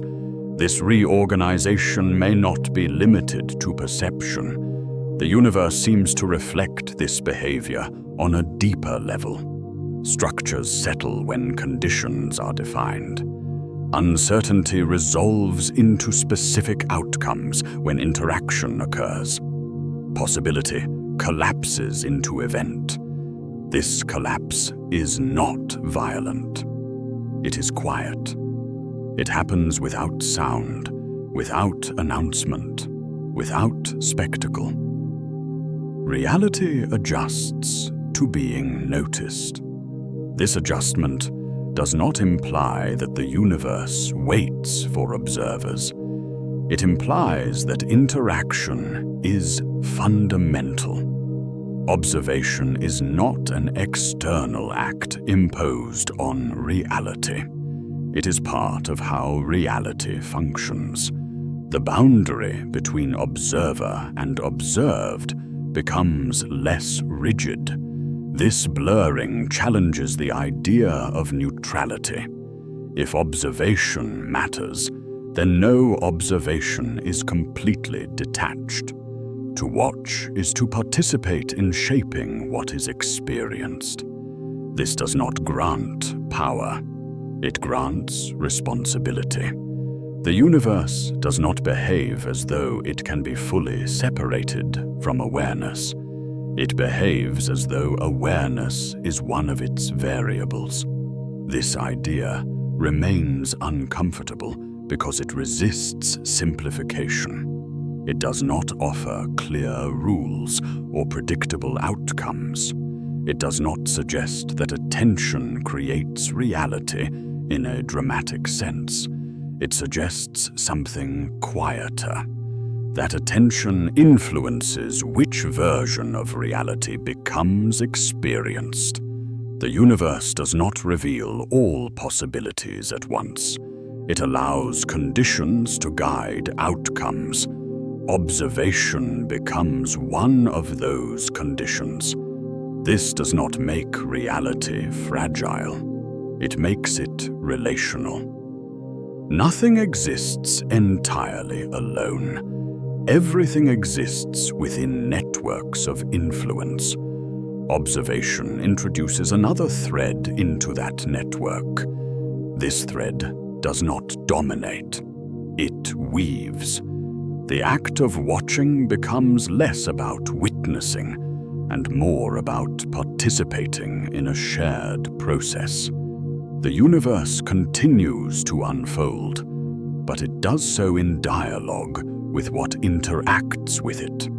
This dialogue is not spoken. It is structural. The universe does not respond to attention with acknowledgement. It responds by narrowing potential, by selecting pathways, by allowing one outcome to manifest rather than another. This selection does not feel intentional, but it feels consistent. Reality behaves as though it acknowledges interaction without preference. This acknowledgement invites a quieter kind of wonder. If observation alters outcomes, then reality is not entirely fixed. It is responsive within constraints. It allows influence without surrendering control. This balance feels deliberate without being directed. The universe does not resist being observed. It accommodates it. This accommodation may explain why certainty feels elusive, why absolute prediction remains just out of reach. The act of observing changes the conditions being predicted. The universe is not hiding. It is adapting. This adaptation does not imply awareness. It implies sensitivity. Reality is sensitive to interaction. This sensitivity does not elevate observers above the universe. It embeds them within it. Observation becomes a relationship rather than a privilege. The observer is not separate. The observer is involved. This involvement reframes the role of attention. To notice something is not to stand outside it. It is to become part of its unfolding. This idea may feel abstract, but its implications are gentle. It suggests that reality is not indifferent, not because it cares, but because it responds. Indifference implies separation. The universe shows continuity. Observation becomes one of many forces shaping experience, alongside mass, energy, and structure. It does not dominate, it contributes. This contribution is quiet enough to be overlooked. It does not announce itself as influence. It reveals itself only when absence is considered. When observation is removed, outcomes change. The universe behaves differently when unobserved. Not because it needs attention, but because interaction is absent. Conditions shift. This absence does not erase reality. It alters its expression. The act of watching becomes a condition rather than a cause. This subtle distinction matters. Observation does not create reality. It participates in how reality presents itself. This participation does not grant certainty. It introduces humility. If observation matters, then knowledge is never fully detached. Understanding is always situated. Perspective matters not because it distorts reality, but because it participates in it. This idea softens the boundary between knowing and being. The universe is not a stage observed from afar. It is a system experienced from within. This realization does not demand belief. It invites awareness. Late at night, when attention lingers without urgency, this idea feels easier to hold. Observation becomes gentle. Curiosity replaces control. The universe appears less like an object to be studied and more like a process to be encountered. This encounter does not yield mastery. It yields relationship. The act of watching becomes a form of presence. Presence changes conditions. This does not elevate humanity. It situates it. If observation alters outcomes, then awareness itself becomes meaningful, not powerful, but relevant. This relevance does not inflate importance. It reframes it. Humanity does not dominate reality by observing it. Humanity participates in it by being present. This participation suggests a different kind of significance. Not central, not insignificant, relational. If observation matters, then the presence of observers matters differently than assumed. Not as controllers, not as accidents, but as participants whose attention becomes part of the universe's ongoing adjustment. This realization prepares the mind for a deeper question. If watching matters, then humanity's role cannot be dismissed as irrelevant. It must be reconsidered, not in terms of importance, but in terms of participation. And it is toward that reconsideration that attention now begins to turn. Humanity often appears in cosmic discussions as an inconvenience, too small to matter, too brief to influence anything beyond its immediate surroundings. Against the scale of galaxies and deep time, human presence feels negligible, almost embarrassing. This framing is familiar, and it feels honest. It protects the universe from being reduced to something centered on human concerns. But it may also be incomplete. If observation is not neutral, then presence itself carries weight. Not dominance, not authority, but influence, quiet influence, the kind that does not announce itself or demand recognition, the kind that exists simply because something is there. Humanity does not stand outside the universe, watching from a safe distance. It exists within it, shaped by it, responding to it. And in that relationship, influence emerges naturally, without intention. This influence does not resemble control. It does not suggest that humans steer cosmic events or bend reality to their will. It suggests something far more subtle. That participation alone matters. The universe does not treat humans as rulers. It does not arrange itself around human needs. It does not wait for permission. But neither does it behave as though human presence is meaningless. It responds to interaction, however small. Humanity's influence lies not in scale, but in position. Observers exist within specific conditions, at specific moments, within a thought structure that allows observation at all. This placement is not random in the way chaos is random. It is contingent. It depends on countless prior conditions, aligning just enough to allow awareness to arise. Awareness is not guaranteed. The universe existed for billions of years without observers capable of reflection. For most of its history, it unfolded unseen. And yet, at some point, conditions shifted. Structures formed that could notice, question, and wonder.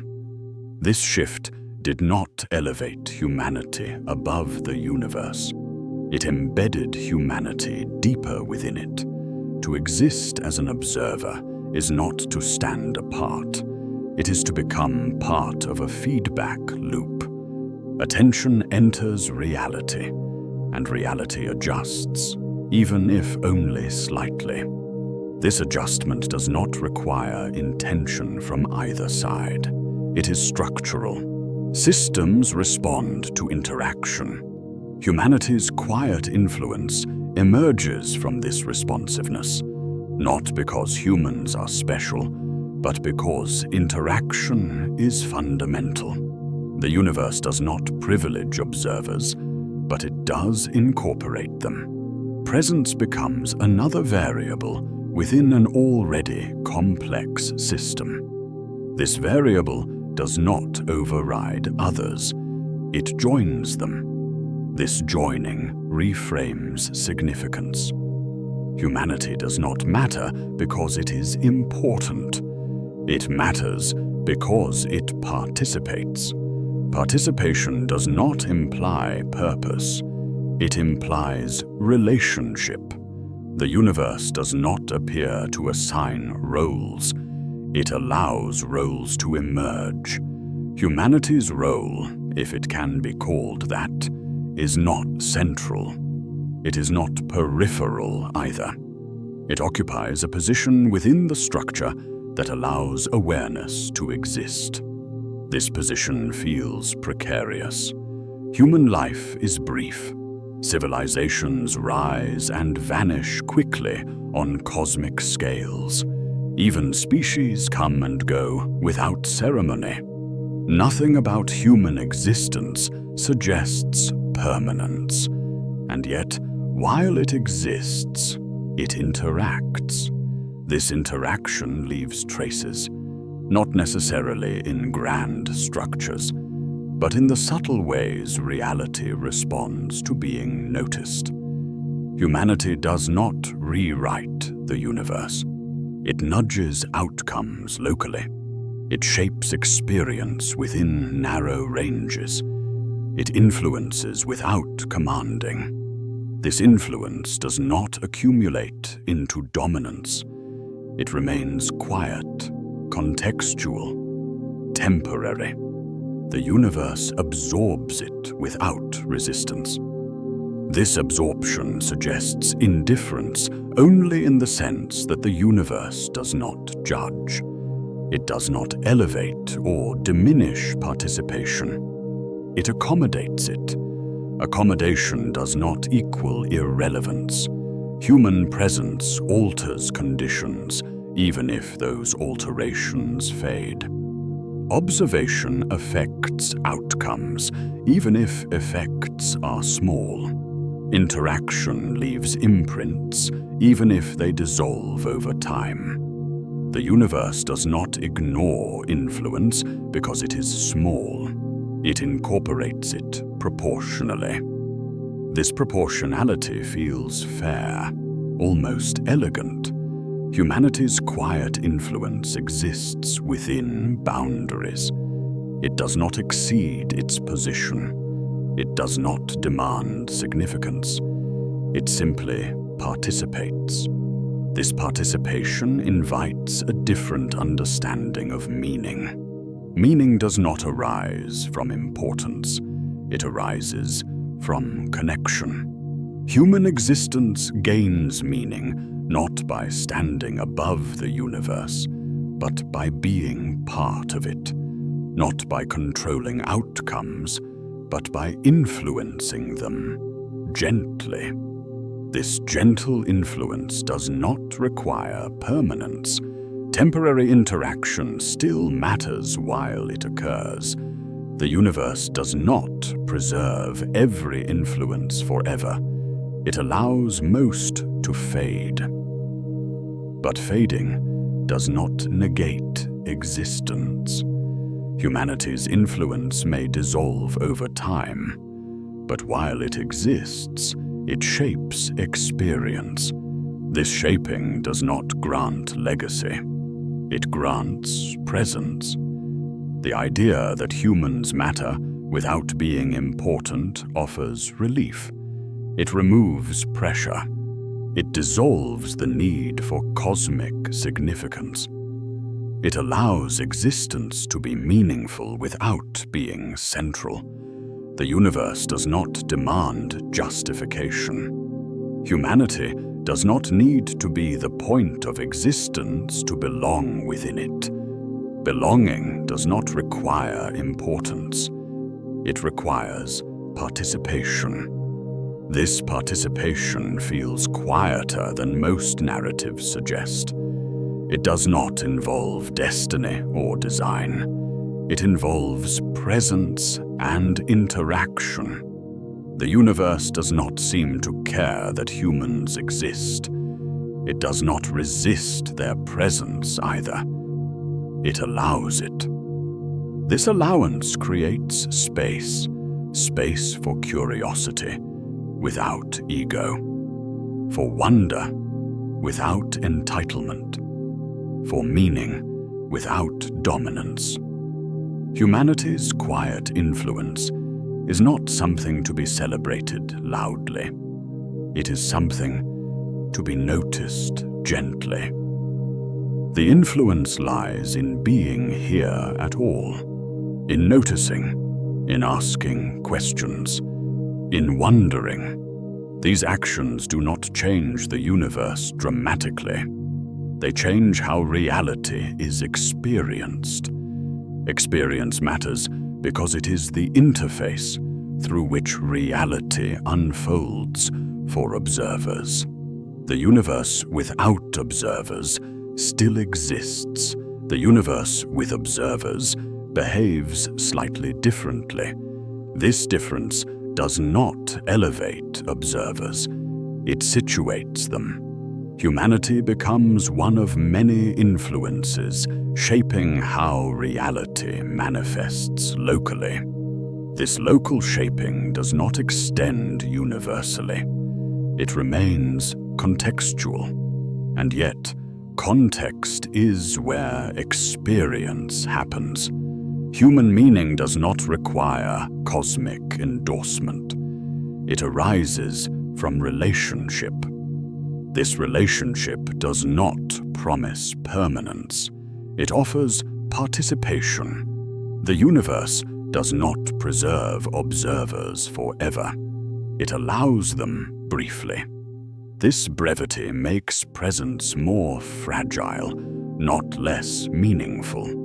If observation alters outcomes, and humanity observes, then humanity's presence matters in a quiet way, not as a driver of cosmic events, but as a participant in the unfolding of experience. This participation does not demand recognition. It does not need validation. It simply exists. The universe continues whether humans are present or not. This truth remains unchanged. Humanity does not anchor reality, but while humanity is present, reality includes it. This inclusion is subtle. It does not center on human concerns. It allows them to exist alongside everything else. The universe does not speak to humanity. It does not address it. It does not assign it purpose. It allows it to observe. That allowance may be the quietest form of influence. The idea that humans matter without being important softens the relationship between existence and meaning. It removes the burden of significance. It replaces it with presence. Presence is enough. This understanding leads naturally toward a question of placement. If humanity is neither central nor irrelevant, then where does it sit within the larger structure? Not at the center, not at the edge, somewhere in between. And it is toward that in-between position that attention now begins to shift. For much of human history, identity has swung between two extremes. At times, humanity placed itself at the center of everything, imagining the universe arranged around human life, human meaning, human destiny. At other moments, that confidence collapsed, replaced by the opposite belief, that humanity is insignificant, accidental, barely worth mention against the scale of stars and time. Both positions feel convincing. Both feel incomplete. The universe does not seem to agree with either. Reality offers no evidence that humanity occupies the center of existence. The cosmos does not orbit human concerns. Vast processes unfold without regard for life on one small planet. Entire galaxies form and dissolve without awareness of human history. In this sense, humanity is clearly not central. Yet the universe also resists the idea that humanity is merely an error.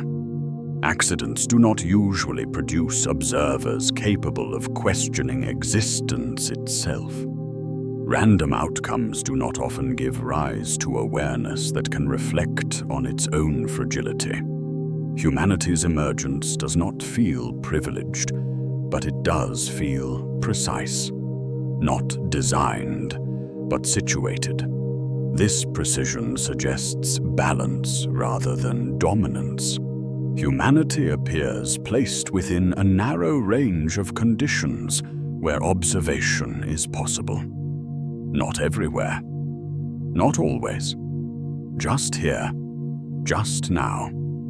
This placement does not imply purpose in a traditional sense. It implies positioning. The universe is vast, but awareness occupies only certain regions of it. These regions are not special in scale, but they are special in function. They allow reflection, memory, curiosity. Function matters differently than importance. The universe does not elevate function into meaning automatically. It simply allows it to occur. Humanity exists within this allowance, not at the center, where everything revolves around it, not at the edge, where it would be irrelevant, somewhere between, where participation is possible without control. This in-between position feels unstable, but it may be essential. Extremes offer certainty. Being central offers purpose. Being insignificant offers relief. Being in between offers neither. It demands comfort with ambiguity. The universe seems comfortable with ambiguity. It allows systems to exist without assigning them importance. It allows awareness to emerge without declaring it essential. It allows observers without rearranging itself around them. This allowance creates space for balance. Humanity's place within the puzzle feels relational rather than hierarchical. Not above, not below. Embedded.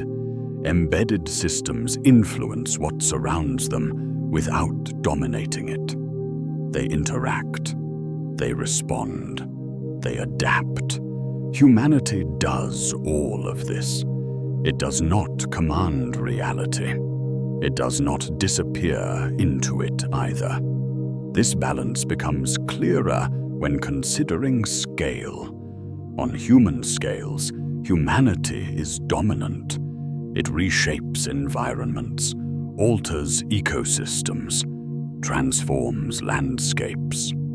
On cosmic scales, these changes vanish into insignificance. Both perspectives are true simultaneously. The universe does not require a single frame of reference. Humanity's place depends on context. This contextual placement resists simple narratives. It does not support stories of destiny or insignificance. It supports coexistence. Coexistence does not imply harmony. It implies shared space. Humanity shares reality with forces vastly larger and smaller than itself.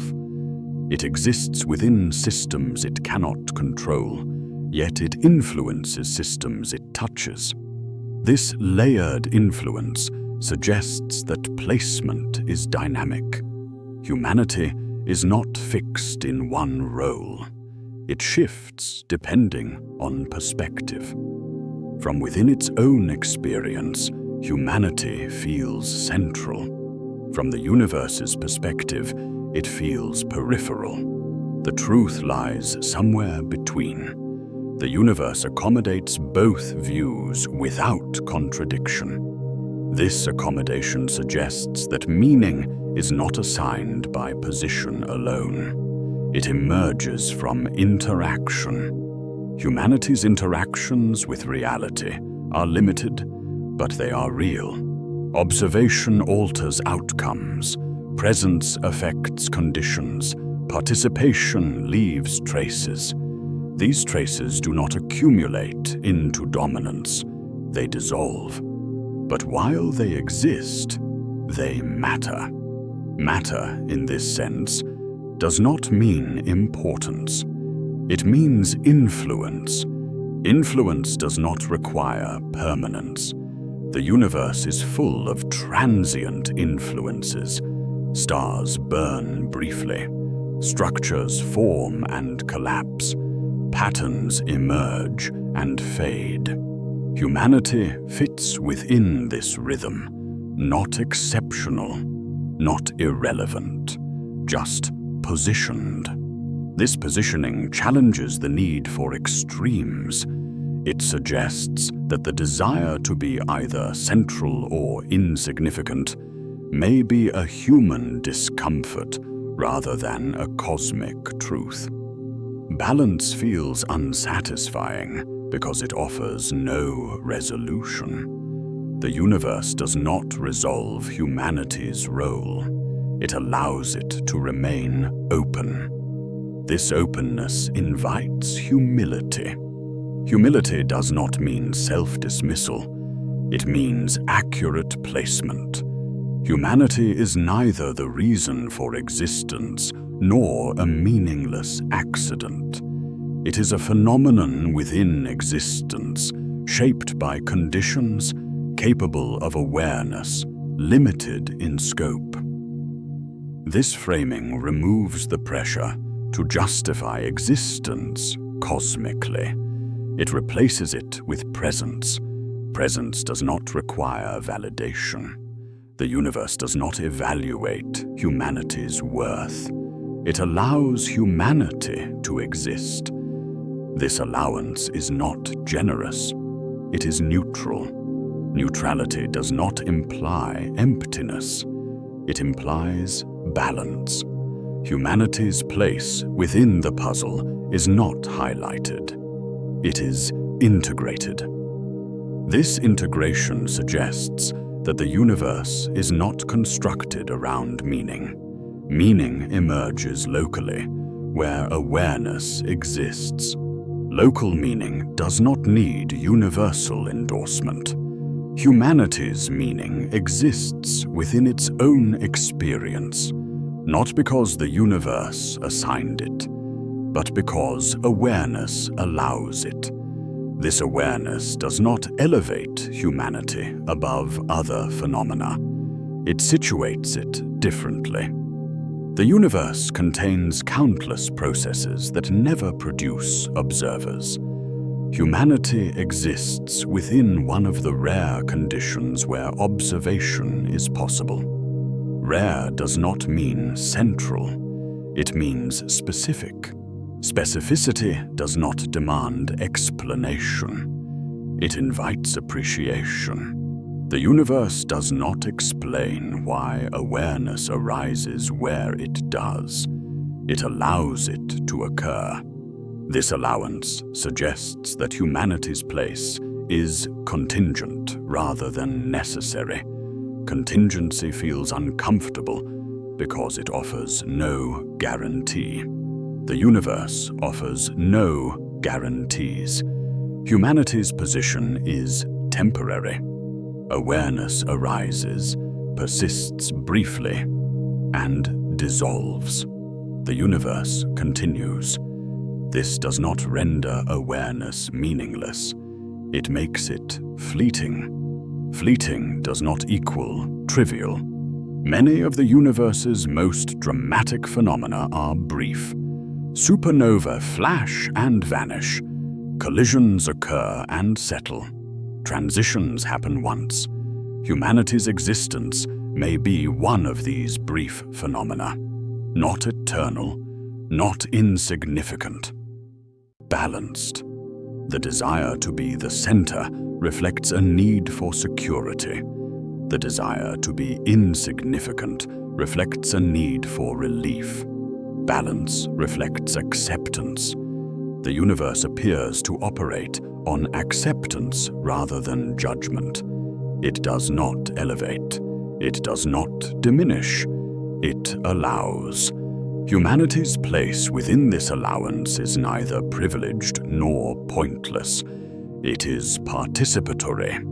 This participation does not come with instructions. It does not come with purpose assigned from above. It invites purpose to emerge from within. This invitation is subtle. It does not demand response. The universe does not insist that humanity find meaning. It allows humanity to do so. This allowance may be the most accurate description of humanity's place. Not the center, not the edge.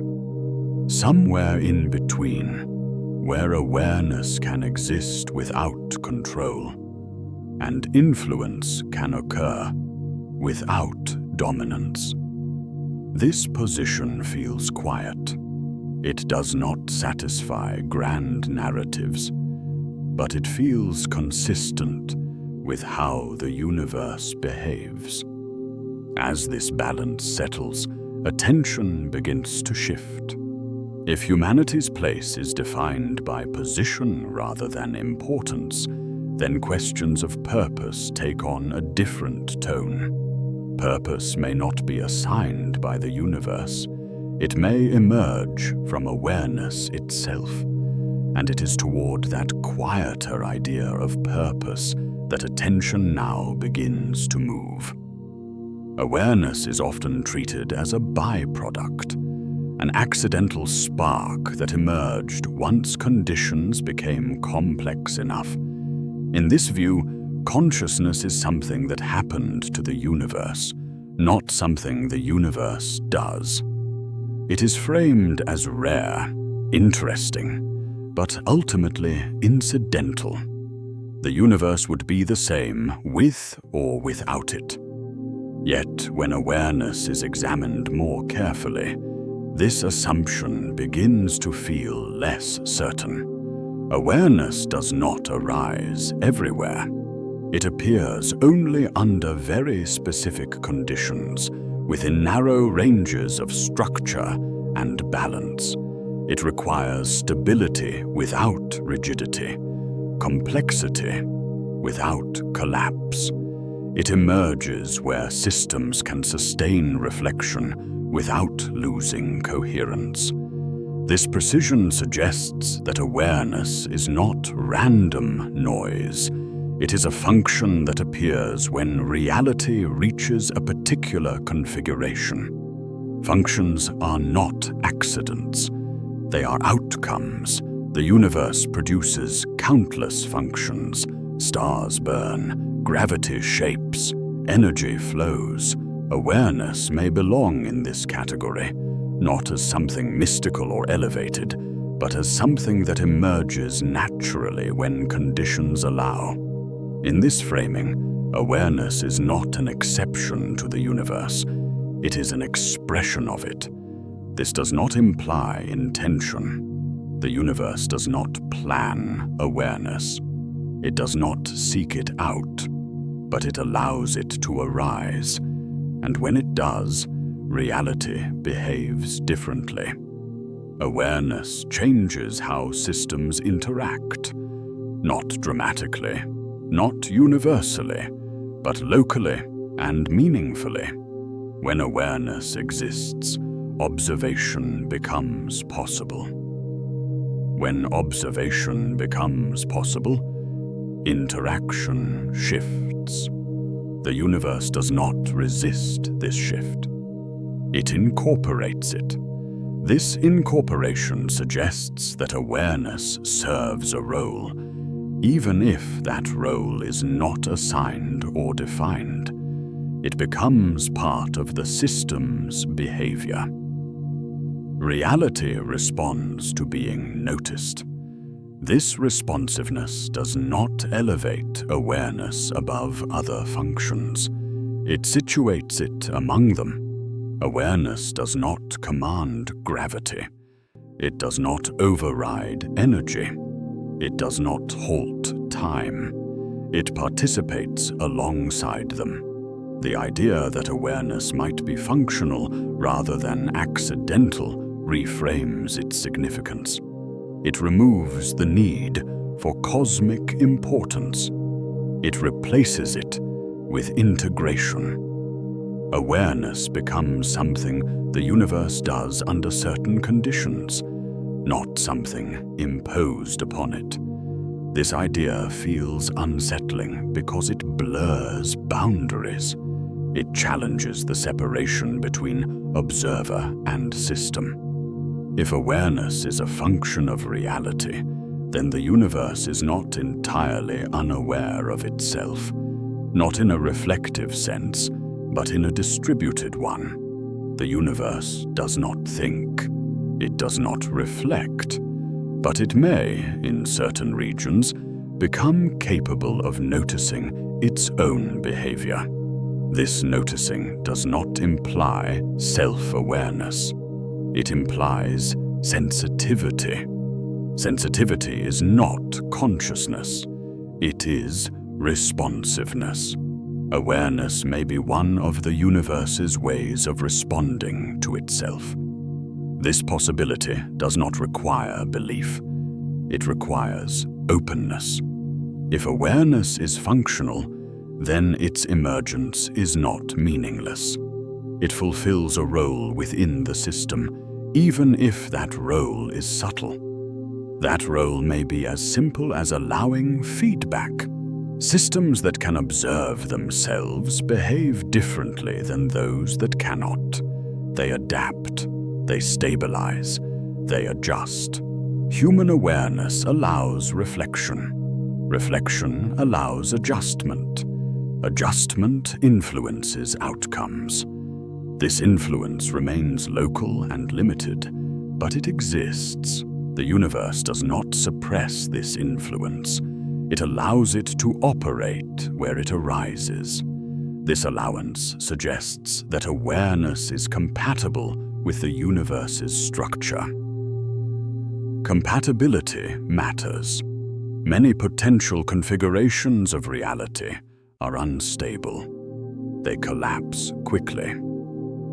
Awareness arises only within configurations that can support it without self-destruction. This suggests alignment rather than coincidence. Awareness fits. It fits not because it is special, but because it emerges where balance exists. This balance does not last forever. Awareness is temporary. It arises, persists briefly, and dissolves when conditions change. The universe does not preserve it indefinitely. Functions are not permanent. Stars burn out. Structures collapse. Awareness fades. Impermanence does not negate function. Awareness may be valuable to the universe in the same way turbulence is valuable to weather systems. It introduces variation. It allows exploration within constraints. It creates feedback loops. These loops do not steer the universe globally. They influence it locally. Local influence is enough. The universe does not need awareness everywhere. It only needs it where conditions allow. This selective emergence feels deliberate without implying design. The universe is not optimizing for awareness. It is accommodating it.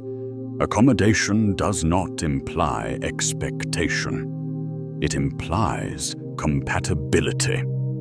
Yet compatibility raises a quiet question. If awareness is compatible with the universe's structure, then the universe is not indifferent to it.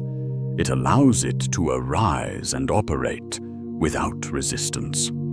This allowance feels purposeful, even if no purpose exists. Purpose may be an emergent property rather than an assigned one. Awareness may generate purpose where none existed before. This generation does not require cosmic endorsement. It arises naturally when systems can reflect on themselves. The universe does not need awareness to exist. But when awareness exists, the universe includes it. This inclusion feels significant. The idea that the universe expects to be noticed does not imply desire. It implies readiness. The universe is structured in a way that allows noticing to occur. Expectation, in this sense, is structural rather than intentional. A door does not expect to be opened, but it is built to allow it. Awareness may be one of the universe's doors, not required, not guaranteed, but possible. This possibility reframes humanity's role again. Humans are not the goal of the universe.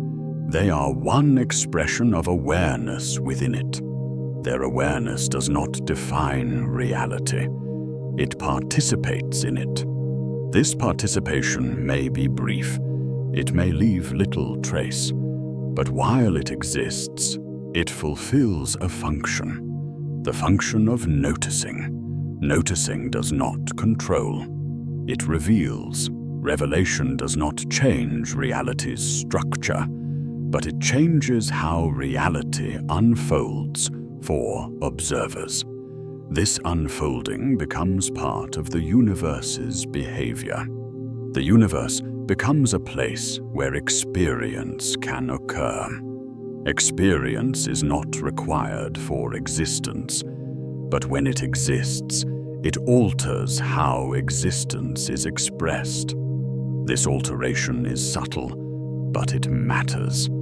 Awareness as function does not elevate humanity. It contextualizes it. Human awareness becomes one of many processes the universe allows under specific conditions. This allowance does not imply protection. It does not imply permanence. The universe does not safeguard awareness. It lets it emerge and dissolve like any other phenomenon. This neutrality is not cold. It is consistent. Awareness exists without guarantee. This fragility adds weight to presence. If awareness is temporary, then noticing becomes precious, not because it lasts, but because it occurs at all. The universe does not pause to ensure awareness continues. It allows it briefly. This allowance feels like an invitation rather than a command.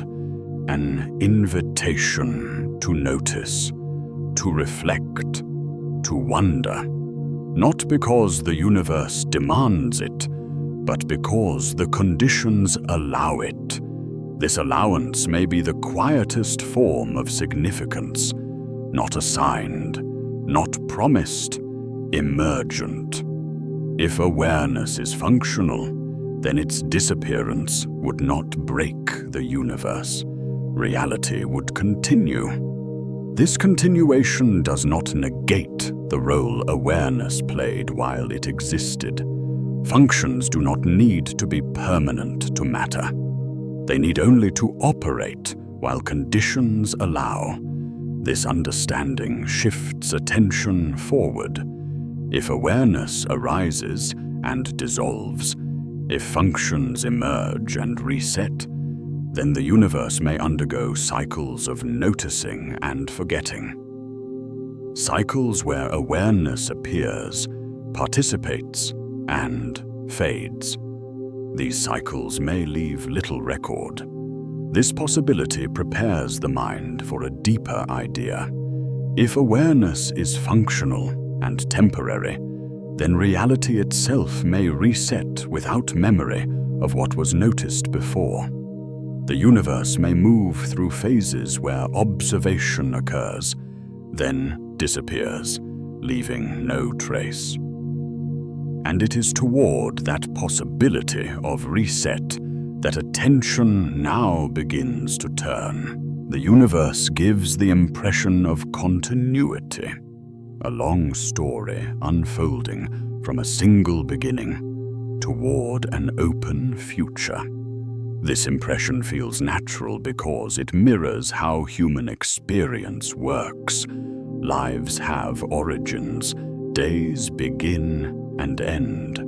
Memory strings moments together into a narrative that feels coherent. It is tempting to assume the universe works the same way, carrying its history forward without interruption. But continuity may be an illusion created by survival. What if the universe has not been continuous at all? What if reality has restarted before, more than once, without preserving a record of what came before? This idea does not arrive as a sudden revelation. It settles slowly, almost gently, once the possibility of missing history is allowed. If entire eras can vanish without leaving traces, then the current universe may not be the first arrangement of existence. It may be one of many. The universe shows signs of cycling everywhere. Stars are born, burn, collapse, and seed new stars. Galaxies form, collide, disperse, and reform. Matter changes state repeatedly. Energy moves through phases, never resting in one configuration forever. On smaller scales, cycles are undeniable. On the largest scale, the same question quietly appears. Why would everything else repeat, but not the universe itself? The idea of cosmic cycles does not require catastrophe. It does not demand violent destruction or dramatic endings. A reset does not need to look like an explosion. It may resemble something far quieter, a gradual thinning, a dispersal, a cooling, a return to conditions where structure dissolves and complexity cannot survive. When complexity dissolves completely, memory dissolves with it. The universe does not store information independently of structure. When structures fade, records fade. If a cosmic cycle ends by erasing the conditions that carry information forward, then nothing remains to mark what existed before. No scars, no echoes, no warnings. A restart does not announce itself. It simply begins again. This possibility reframes the idea of beginnings. What is often described as the origin of everything may be less an absolute beginning and more a boundary, the earliest point to which current traces can reach. Beyond that boundary, silence. That silence does not prove nothing existed. It proves nothing remained. The universe may have passed through states so different from the current one that no information could survive the transition. No particles, no patterns, no signals capable of bridging one version of reality to the next. Each cycle would feel like a beginning to whatever awareness arises within it. This awareness would see a universe that appears young, expanding, structured. It would measure T'Pum from that point forward, unaware that anything came before. History would feel complete because nothing contradicts it. Reality would feel singular. This feeling may be misleading. If the universe has restarted before, then existence is not linear. It is iterative. Each cycle produces a version of reality that feels original from within, while being one expression among many. This idea does not imply repetition in detail. Each cycle may differ, Conditions may vary. Outcomes may change. The universe does not need to repeat itself exactly to restart. A reset does not mean duplication. It means renewal without memory. This absence of memory is essential. If memory carried over between cycles, then evidence would accumulate, traces would remain, patterns would reveal discontinuities. But if resets erase the structures that carry information, then each cycle begins clean.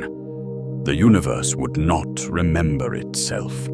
This forgetting does not imply failure. It implies neutrality.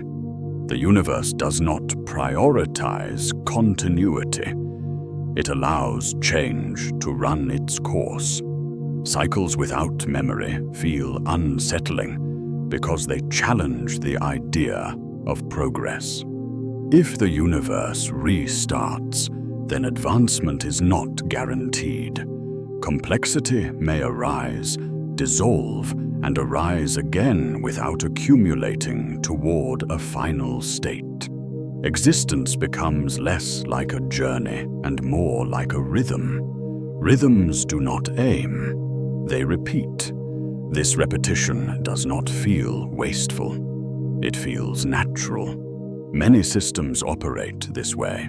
Seasons return without remembering previous years. Waves rise and fall without accumulating experience. Weather patterns cycle without memory of past storms.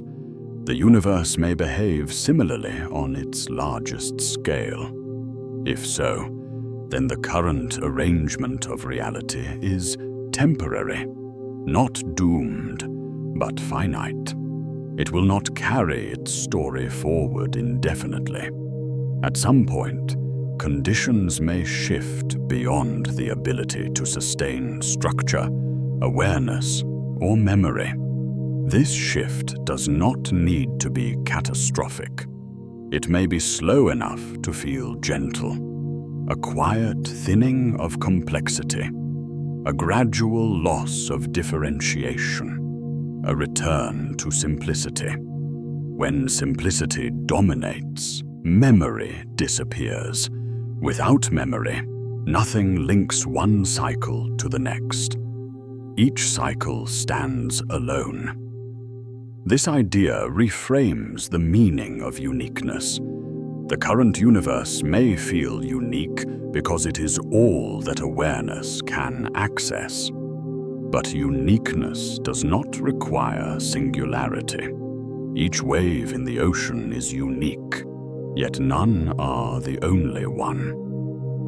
Existence may operate the same way. Cycles without memory allow infinite variation without accumulation. Each version of reality explores different possibilities within constraints, then dissolves back into conditions that allow a new version to arise. This process does not move toward perfection. It moves through expression. The universe does not appear to optimize for outcome. It allows cycles to occur. This allowance suggests indifference to continuity. If reality resets, then the current universe is not the culmination of all that has existed. It is one moment within a larger rhythm. This rhythm does not need to be fast. Cycles may span immense durations. From within, they feel eternal. Eternity, in this sense, becomes local rather than absolute. What feels endless from one cycle may be brief from another perspective. This perspective dissolves the idea of a final state. The universe does not build toward completion. It allows cycles to unfold and end. Endings do not require memory. This realization can feel disorienting. If nothing carries forward, then what is the value of existence within a single cycle? The answer does not arrive as meaning. It arrives as acceptance. Value does not need permanence. Moments matter while they exist. Patterns shape reality while they persist. Awareness experiences existence while it arises. The universe does not measure value by duration. It measures nothing at all. Cycles occur because conditions allow them. If this is not the first version of everything, then neither is it the last. This thought removes urgency without removing significance. Existence becomes something that happens, not something that accumulates toward a goal. This reframing softens the fear of endings. A reset is not annihilation. It is transition without memory. What dissolves does not suffer loss. Loss requires awareness. When awareness dissolves, loss dissolves with it. The universe does not mourn its own resets. It simply moves on. This neutrality can feel cold, but it is also liberating. It removes the burden of cosmic meaning. It allows existence to be experienced without needing to justify itself beyond the moment. Cycles without memory create space for presence. If this is one of many versions of reality, then awareness within it is not a responsibility.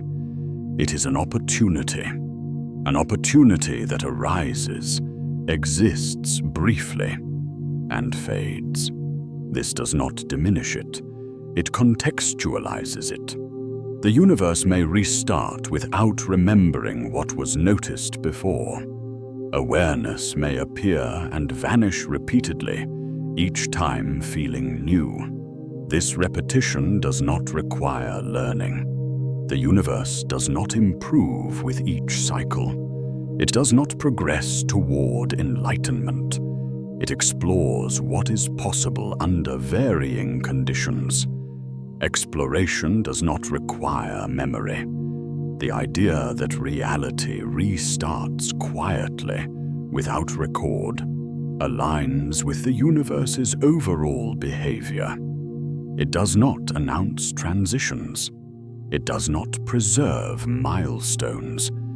It allows processes to complete and dissolve.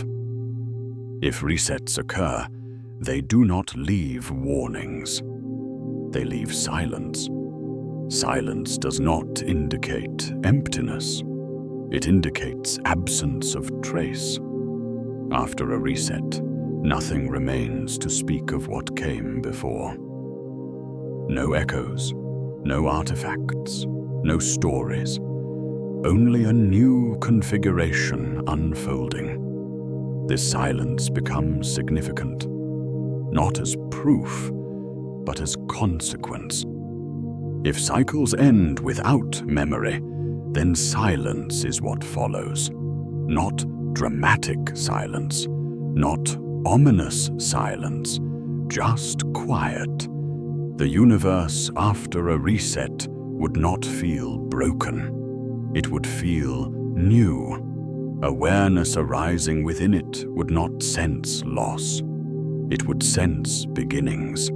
This realization prepares the mind for a deeper association. If resets erase memory, then silence itself may be evidence, not of absence, but of completion. The universe does not speak of what it has erased. It remains quiet, and it is toward that quiet, that silence after reset, that attention now begins to move. Silence is usually treated as absence, a lack of signal, a gap in information, a place where nothing happens. When the universe grows quiet, it is often assumed that there is nothing left to hear, nothing left to learn. Silence becomes a dead end, a conclusion reached when inquiry fails. But silence may not be emptiness at all. It may be what remains after something has finished. If reality can restart without memory, then silence is not the absence of history. It is the consequence of erasure. What follows a reset is not chaos or debris, but quiet. Not because nothing happened, but because nothing survived. This reframing changes how silence feels. Instead of signaling nothingness, silence begins to feel like aftermath. The state that follows completion, the calm that arrives once complexity has thinned beyond the ability to carry information forward. The universe is filled with silence, between stars, between galaxies, between eras. This silence is not rare. It is dominant. Most of existence does not glow, vibrate, or announce itself. It rests in quiet equilibrium. Vast regions contain almost nothing detectable. Long stretches of time leave no trace. The universe appears restrained, as though it has already settled into stillness. If resets occur, silence would be their signature. Not rubble, not scars, not remnants, just the absence of anything capable of remembering. This absence would not feel dramatic. It would feel ordinary. After all, silence is familiar. It surrounds daily life. It follows activity. It arrives naturally once motion slows. In human experience, silence often marks the end of something. A conversation finishes. A room empties. A storm passes. Silence arrives not as absence, but as completion. The universe may behave the same way. If complexity dissolves during a reset, then silence would spread as structure thins. Signals would fade. Patterns would break down. Information would disperse beyond recovery. What remains would not be emptiness, but uniformity. Uniformity does not speak. The universe would appear calm, stable, uneventful. A new cycle could then begin within that quiet, building structure slowly from simplicity. From within the new cycle, the silence that came before would feel primordial, original, unexplained. It would be mistaken for nothing. This misinterpretation would not be deliberate. It would be inevitable. Awareness can only interpret what it can access. If silence is all that remains, then silence becomes the beginning. The universe would not correct this misunderstanding. It would simply continue. Silence, in this view, becomes layered.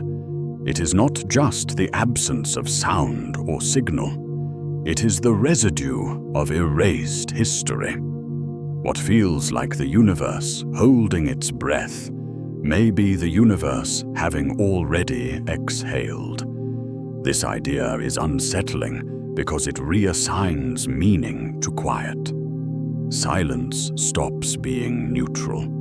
It becomes suggestive, not as proof, but as implication. The universe does not explain its silences. It allows them to persist.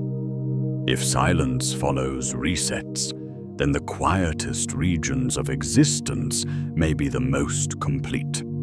They may represent places where everything that could happen already has, and nothing remains to record it. This completeness would not feel dramatic. It would feel still. The universe does not mark endings with noise. It allows them to dissolve quietly.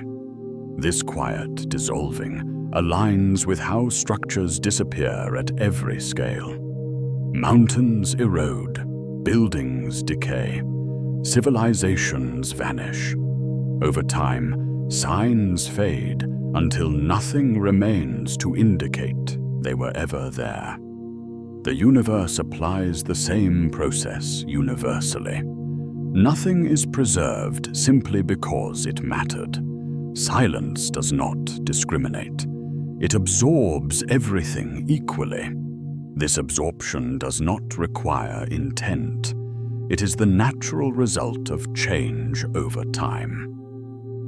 If cosmic cycles end in silence, then the current universe exists between silences, between quiet states where complexity has not yet arisen or has already faded. This between state feels temporary.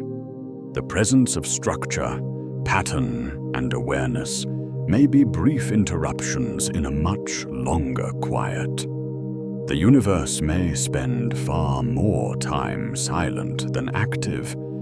This idea shifts attention. Instead of focusing on what the universe is doing, attention moves to what it has already done, to what may have completed itself beyond recovery.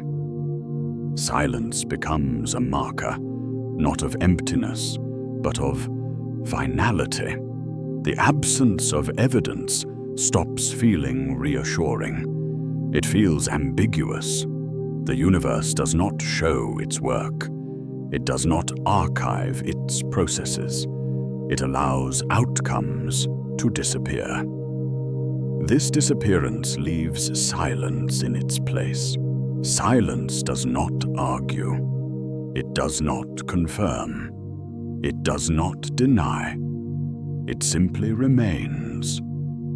This remaining quiet may be the most honest state of existence. Not incomplete, not broken, not waiting. Just finished. The idea that silence is aftermath rather than absence invites a slower kind of listening. Not listening for signals, but listening for implication. Silence may contain information in its very lack of variation, in its uniformity, in its refusal to change. The universe's quiet places may be stable because nothing remains to disturb them. Stability does not require activity. It requires equilibrium. After a reset, equilibrium would dominate. This equilibrium would feel timeless. Without events to mark progression, time itself would lose meaning. Silence would stretch indefinitely until conditions allow complexity to re-emerge. From within complexity, that silence would feel like eternity. This feeling may explain why the universe often appears ancient and patient.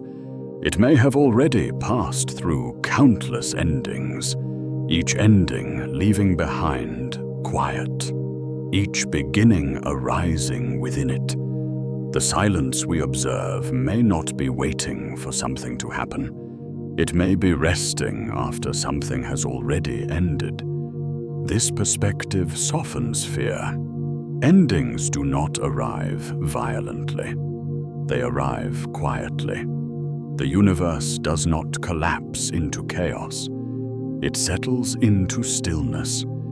This stillness is not hostile. It is neutral. It allows new beginnings without carrying old burdens. The universe does not preserve regret. It does not preserve memory. It preserves only what structure allows. When structure dissolves, silence follows. This silence is not an enemy of understanding. It is a boundary beyond which inquiry cannot pass. The universe does not hide what came before. It simply does not retain it. Silence becomes the natural result of impermanence. If this is true, then silence deserves attention. Not because it speaks, but because it does not. Silence becomes meaningful precisely because it offers no explanation. It invites listening without expectation. Listening not for answers, but for presence. The universe may not communicate through noise at all. It may communicate through restraint, through what it allows to vanish, through what it allows to remain quiet. This restraint feels intentional without implying intent. The universe does not overwhelm. It does not explain itself loudly. It allows observers to notice patterns, gaps, absences. Silence becomes one of those absences. Not a void, but a completion. If silence follows reset, then every quiet region of existence becomes a reminder that reality does not accumulate endlessly. It clears itself. This clearing allows new configurations to arise without interference. Silence becomes necessary, not as punishment, not as loss, as space. Space for complexity to dissolve, space for beginnings to emerge. This necessity reframes silence as functional rather than empty. Silence becomes part of the universe's rhythm, a pause that follows completion, a stillness that prepares for renewal. This stillness does not announce when it ends. It does not signal when something new begins. The universe does not schedule its cycles. It allows them. This allowance means that silence may surround us more than we realize, not as threat, but as context. The universe may be far quieter than expected because it has already completed far more than we can access. What feels like emptiness may be fullness resolved. This realization changes how listening is approached. Listening is no longer about extracting information. It is about recognizing presence. If silence is aftermath, then listening becomes an act of respect. Respect for what has passed beyond recovery. Respect for what cannot be known. Listening becomes necessary not to hear answers, but to acknowledge limits. The universe does not owe explanation. Silence reminds us of that. This reminder does not close curiosity. It deepens it, because when silence is recognized as consequence rather than absence, attention shifts from demanding answers to noticing patterns, from filling gaps to sitting with them. Listening becomes a way of aligning with the universe's pace, a pace that includes endings without explanation. If silence is what remains after everything resets, then listening becomes the only appropriate response, not listening for sound, listening for stillness. And it is within that stillness, that quieter way of paying attention, that the next stage of understanding begins. Because once silence is acknowledged, the only question left is how to listen to it. And it is toward that quieter form of listening that attention now naturally turns. Modern life moves quickly, faster than it ever has before. Information arrives instantly. Answers appear before questions have time to form. Movement is constant, attention divided, silence treated as inefficiency. Speed is praised, rewarded, expected. To slow down feels unnatural, even uncomfortable, as though something important is being missed. But what if speed is not revealing more of reality? What if it is hiding it? The universe does not move at the pace of human urgency. Its processes unfold slowly across spans of time that dwarf individual lives.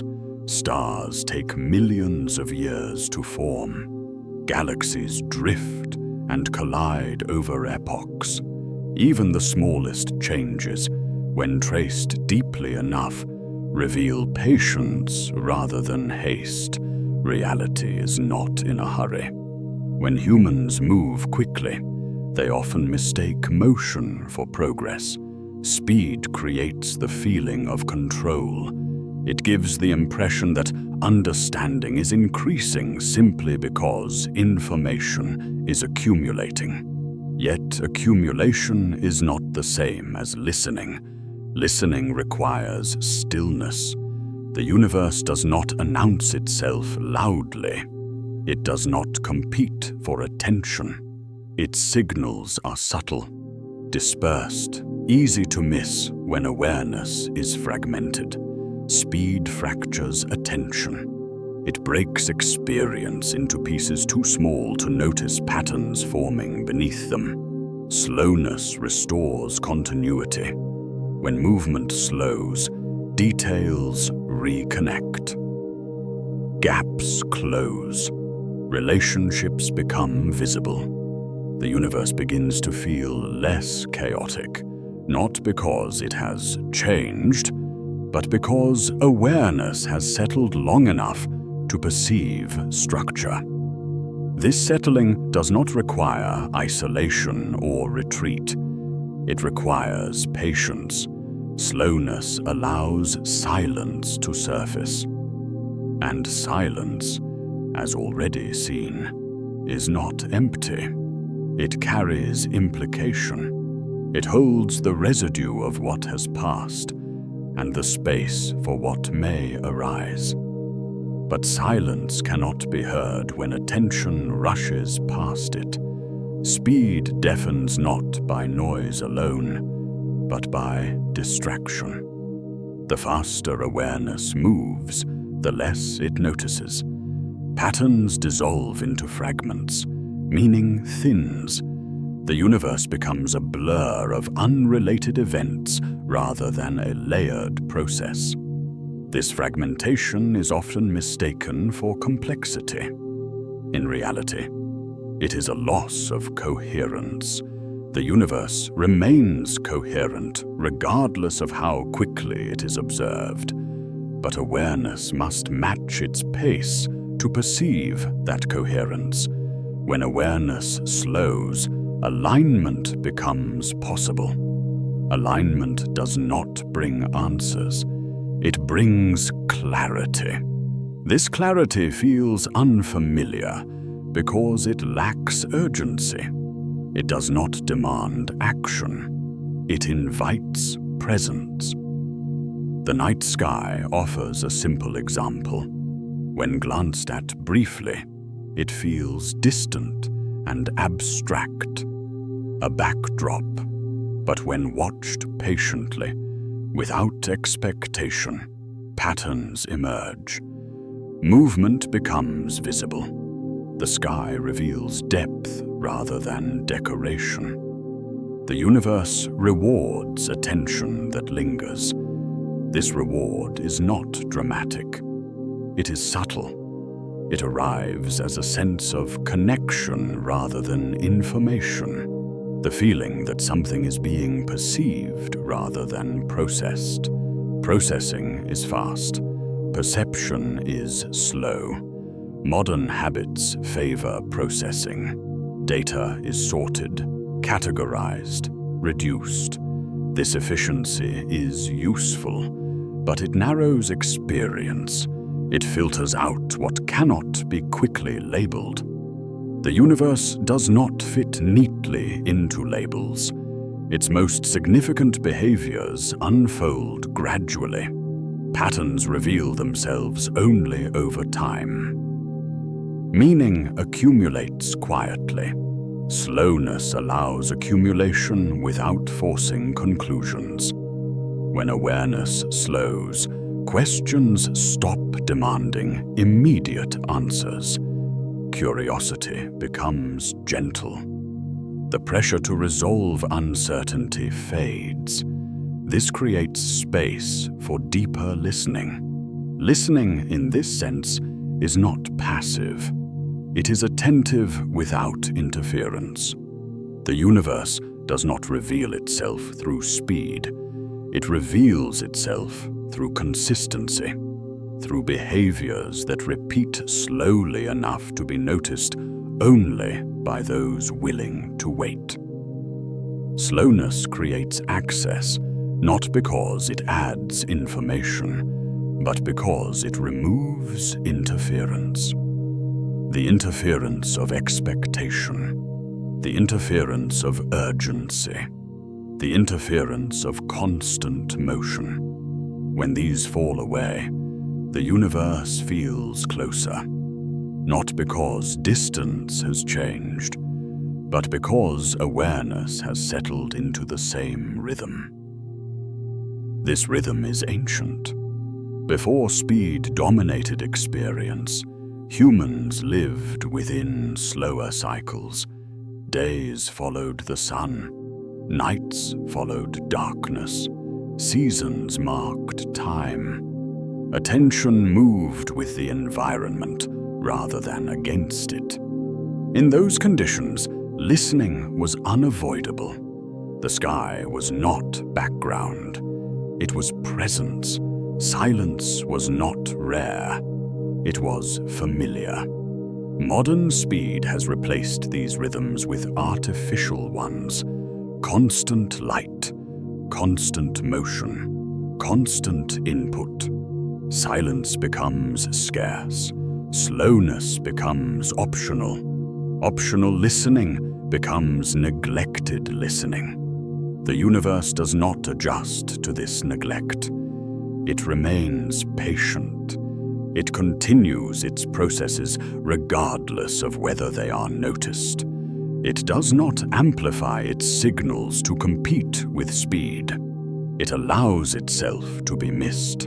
This allowance creates the illusion that the universe has grown distant. In truth, awareness has moved too quickly to notice proximity. Slowness restores proximity. When attention slows, the universe begins to feel intimate again.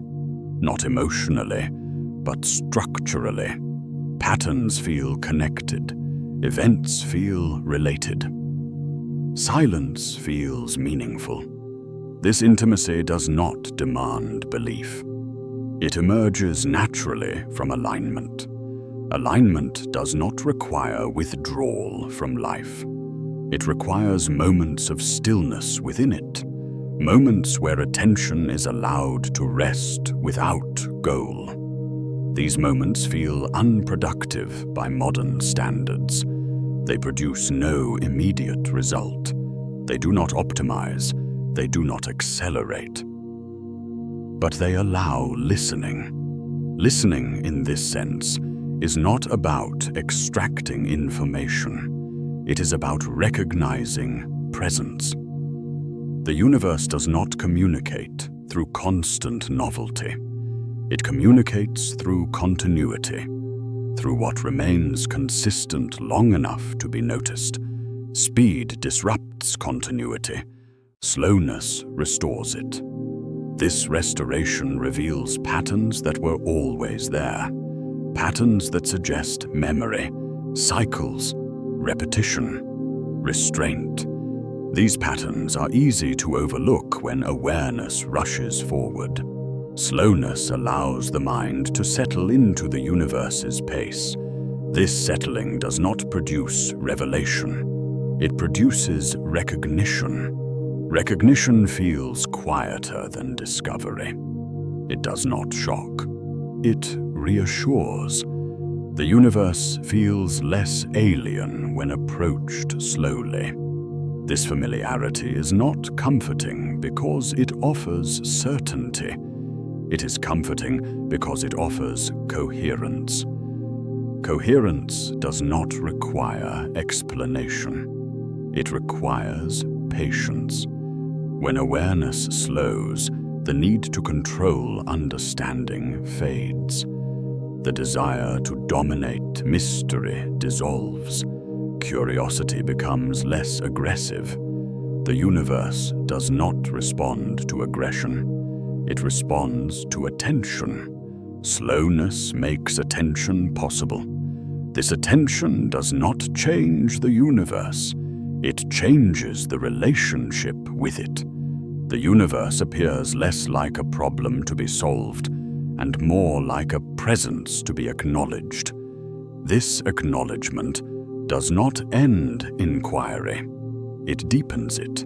Questions feel less urgent, but more meaningful. They linger without demanding resolution. This lingering is essential for listening. Listening is not about receiving answers. It is about allowing patterns to surface without forcing interpretation. The universe does not speak in sentences. It expresses itself through behavior. Behavior is only visible over time. Speed collapses time into fragments too small to reveal behavior. Slowness stretches time enough for behavior to become apparent. This stretching feels uncomfortable at first. Boredom arises. Restlessness appears. The mind seeks stimulation. But if stillness is allowed to continue, something shifts. Attention becomes receptive. The universe does not suddenly reveal secrets. It reveals itself as it always has. Quietly. Slowness does not uncover hidden messages.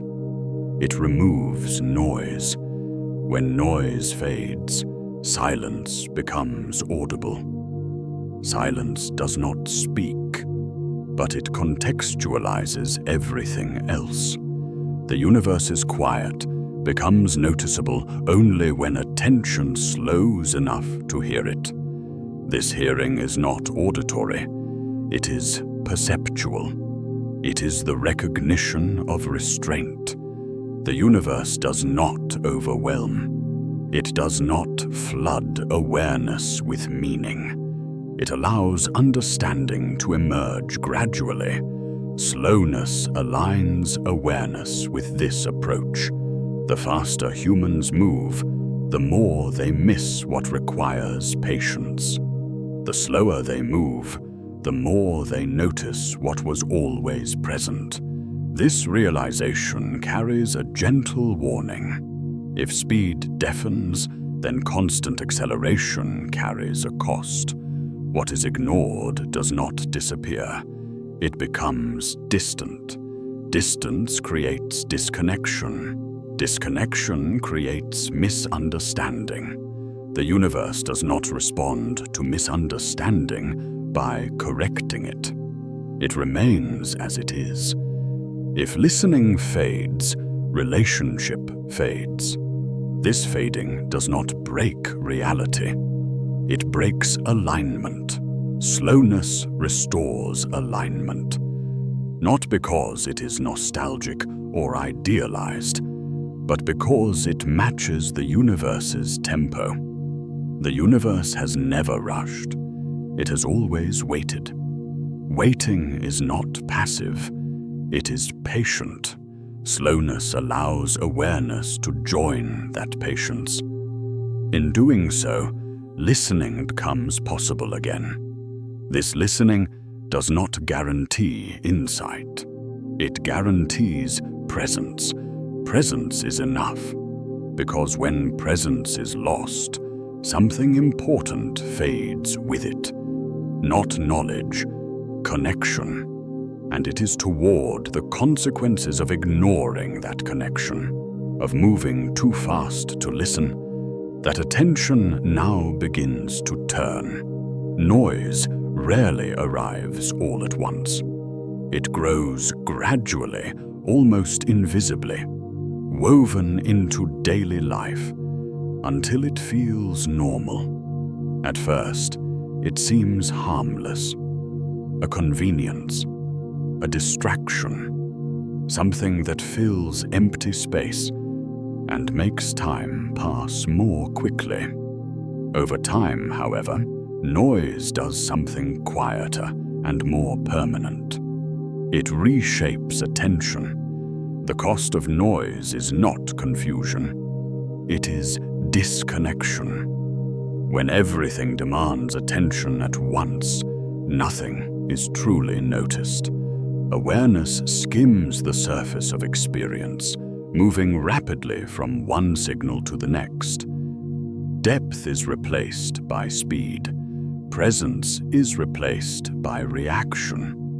The universe becomes something glanced at, not something encountered. This shift does not feel dramatic. It feels efficient. Noise convinces the mind that it is informed while quietly preventing understanding. Information accumulates, but meaning thins. Patterns are obscured by constant interruption. Silence becomes uncomfortable because it exposes what has been neglected. The universe does not compete with noise. It does not raise its volume to be heard. It does not adapt its pace to match distraction. It continues exactly as it always has, slow and restrained, allowing itself to be missed. This allowance creates distance. The more noise fills awareness, the farther reality feels, not physically, but relationally. The universe appears abstract, distant, theoretical, something to be explained rather than experienced. This distance is subtle. It does not announce itself as loss. It presents itself as progress. Noise creates the illusion of closeness through constant exposure. Screens display images of galaxies, simulations of space, explanations of phenomena.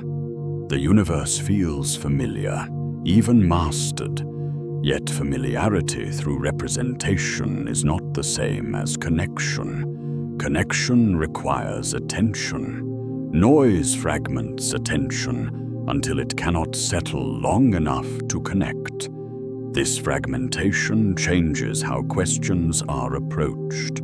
Instead of lingering, they are rushed toward resolution. Instead of inviting curiosity, they are flattened into answers.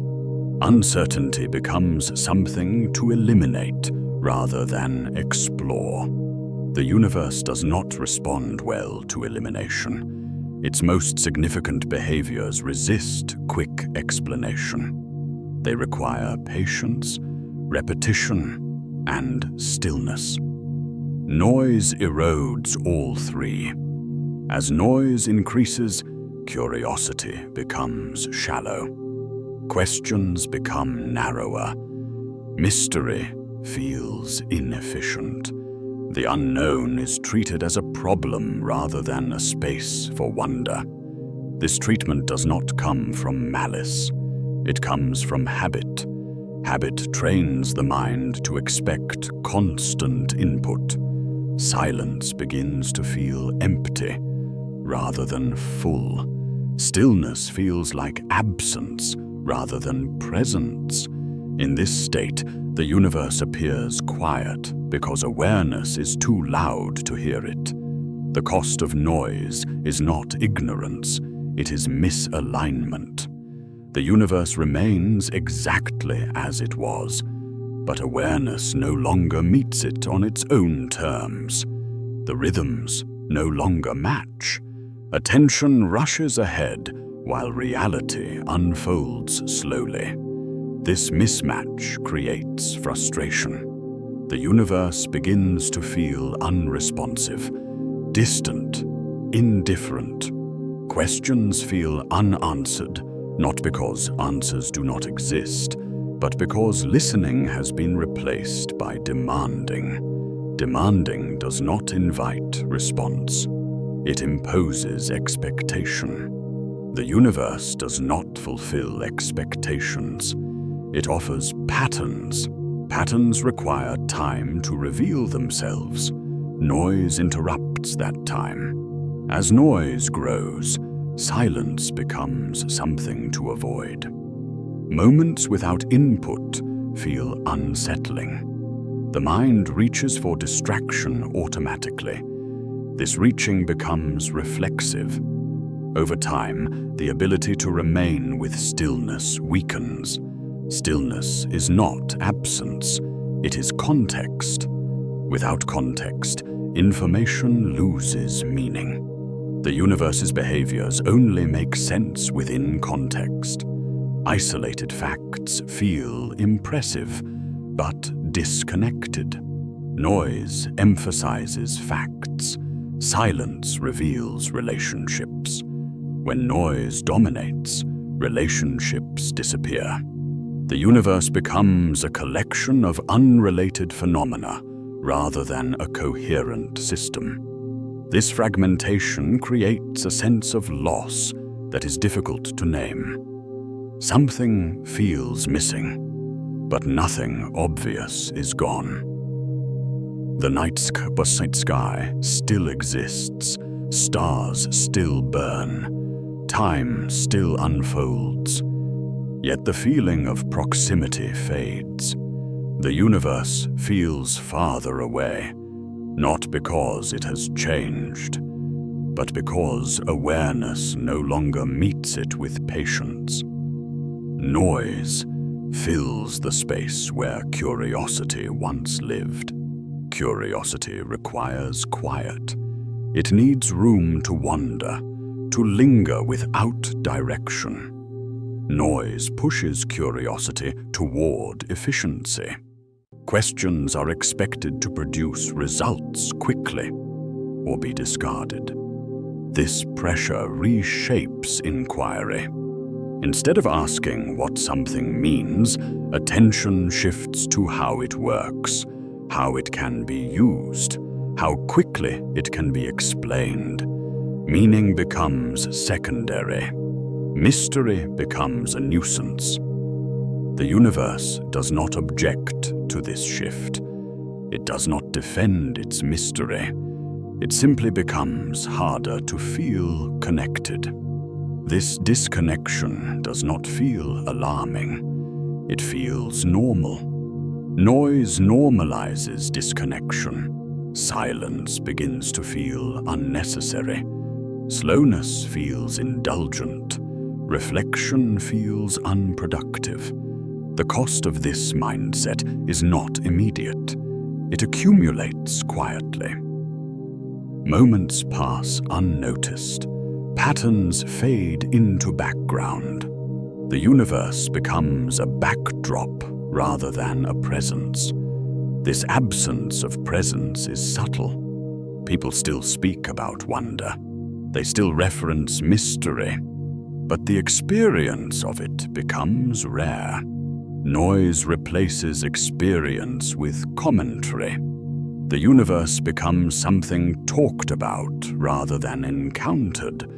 This shift alters how reality is perceived. Reality begins to feel flat, predictable, fully explained.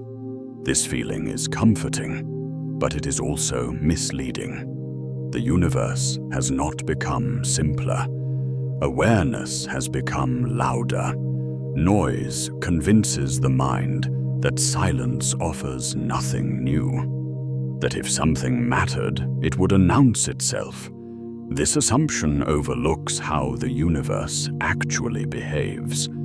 The universe does not announce significance. It reveals significance slowly, through consistency rather than volume.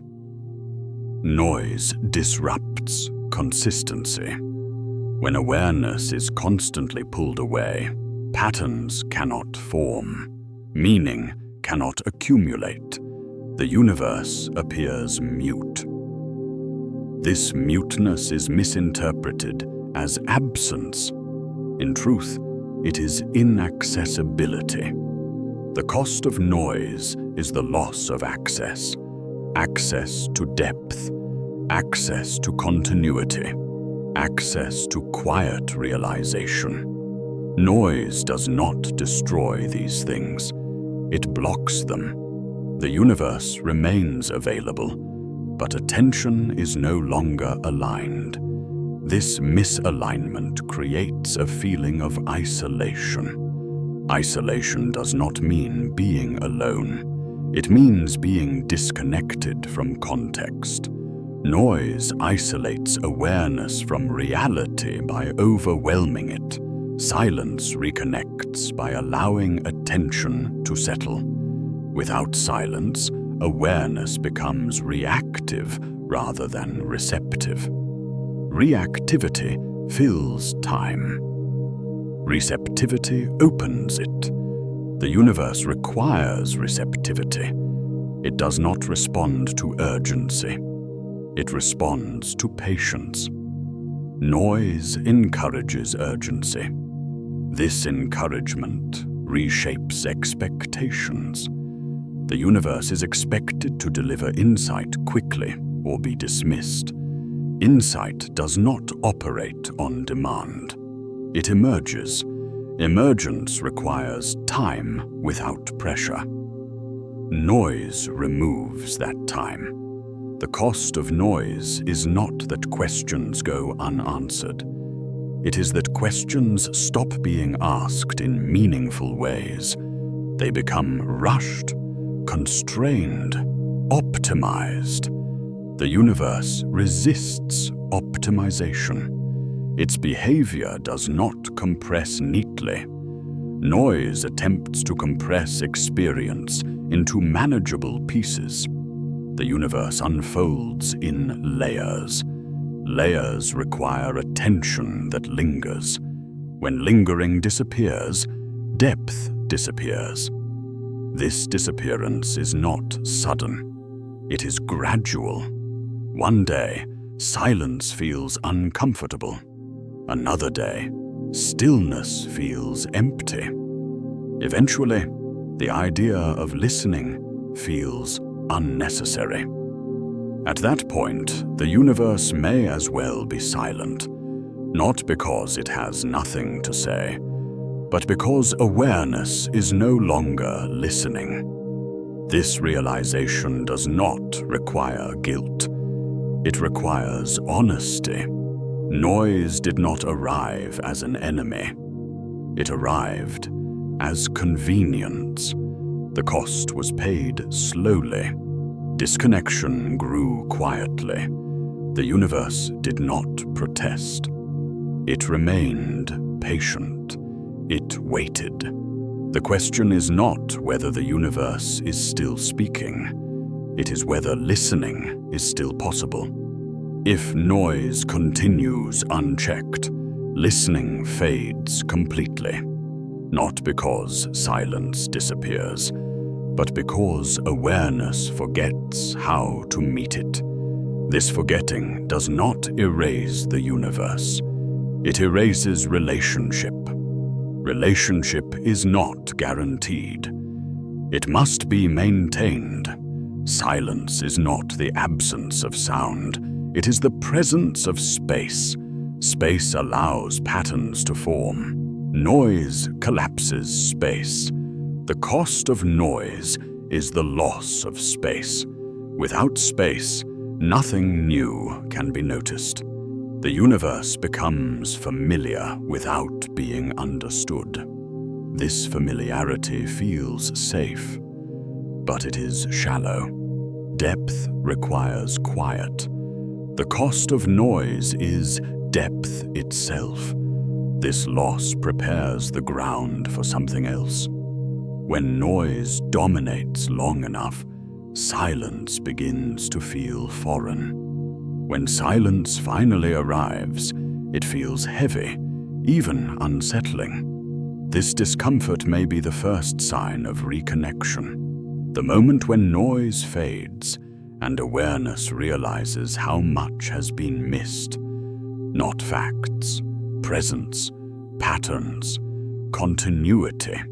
The universe has not withdrawn. Attention has drifted. To move forward, something must change. Not the universe, the way listening happens. Because once the cost of noise is recognized, a different question begins to form. Not about what has been explained, but about what may still be quietly revealing itself beneath the sound. And it is toward that quiet revealing that attention now begins to turn. For as long as humans have asked questions about the universe, there has been an expectation hiding beneath them. An expectation that curiosity should eventually arrive at resolution. That mystery exists only to be dissolved. That understanding is the finish line, waiting patiently for enough information to arrive. But the universe does not seem to share this expectation. Again and again, inquiry reaches a point where answers stop arriving, and something else takes their place. Not certainty, not closure, but invitation.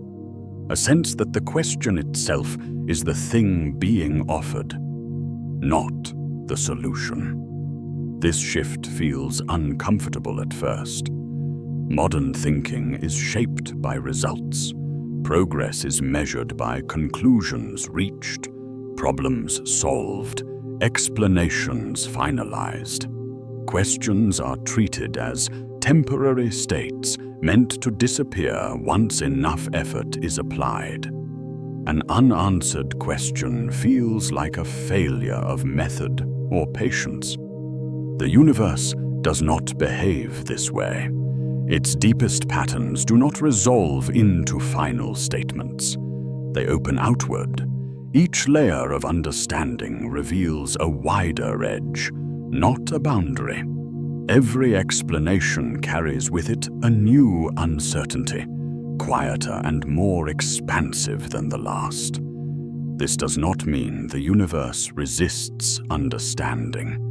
It means it does not organize itself around conclusions. What is revealed is not an end point, but a direction. The more carefully reality is observed, the more it begins to feel like a conversation rather than a puzzle. Puzzles end when solved. Conversations deepen when engaged. The universe appears to deepen. This deepening is subtle. It does not announce itself as wisdom. It does not reward inquiry with authority. It offers something gentler. Perspective. Perspective does not eliminate mystery. It reframes it. Questions stop being obstacles and become spaces. Places where attention can rest without pressure to resolve. Curiosity becomes less about conquest and more about relationship. This is a difficult transition to accept. Much of human confidence rests on the idea that understanding confers control, that knowing how something works allows it to be predicted, managed, mastered. The universe undermines this belief quietly, without confrontation. Even where mechanisms are well described, outcomes remain contingent. Systems behave within ranges, not certainties. Explanation does not equal dominance. The universe reveals patterns, not promises. Patterns invite attention. Promises demand trust. The universe does not ask for trust. It asks for noticing. This distinction changes the purpose of inquiry. Instead of seeking final answers, attention shifts toward alignment, toward learning how to remain present with what resists closure. This presence feels unfamiliar because it lacks resolution. It does not satisfy the urge to finish. It does not reward effort with certainty.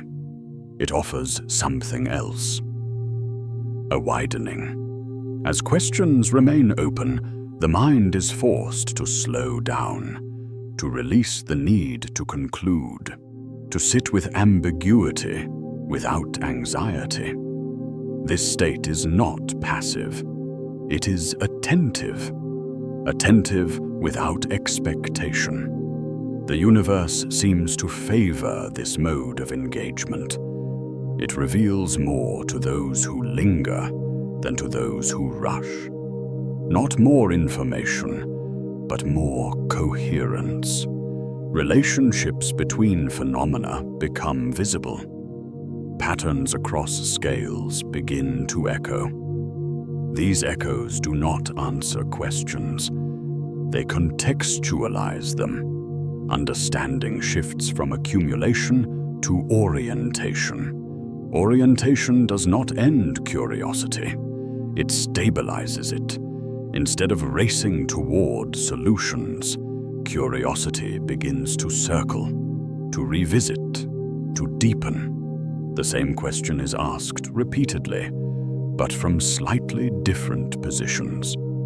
Each time, it feels new. The universe does not tire of this repetition. It does not close doors simply because they have been approached before.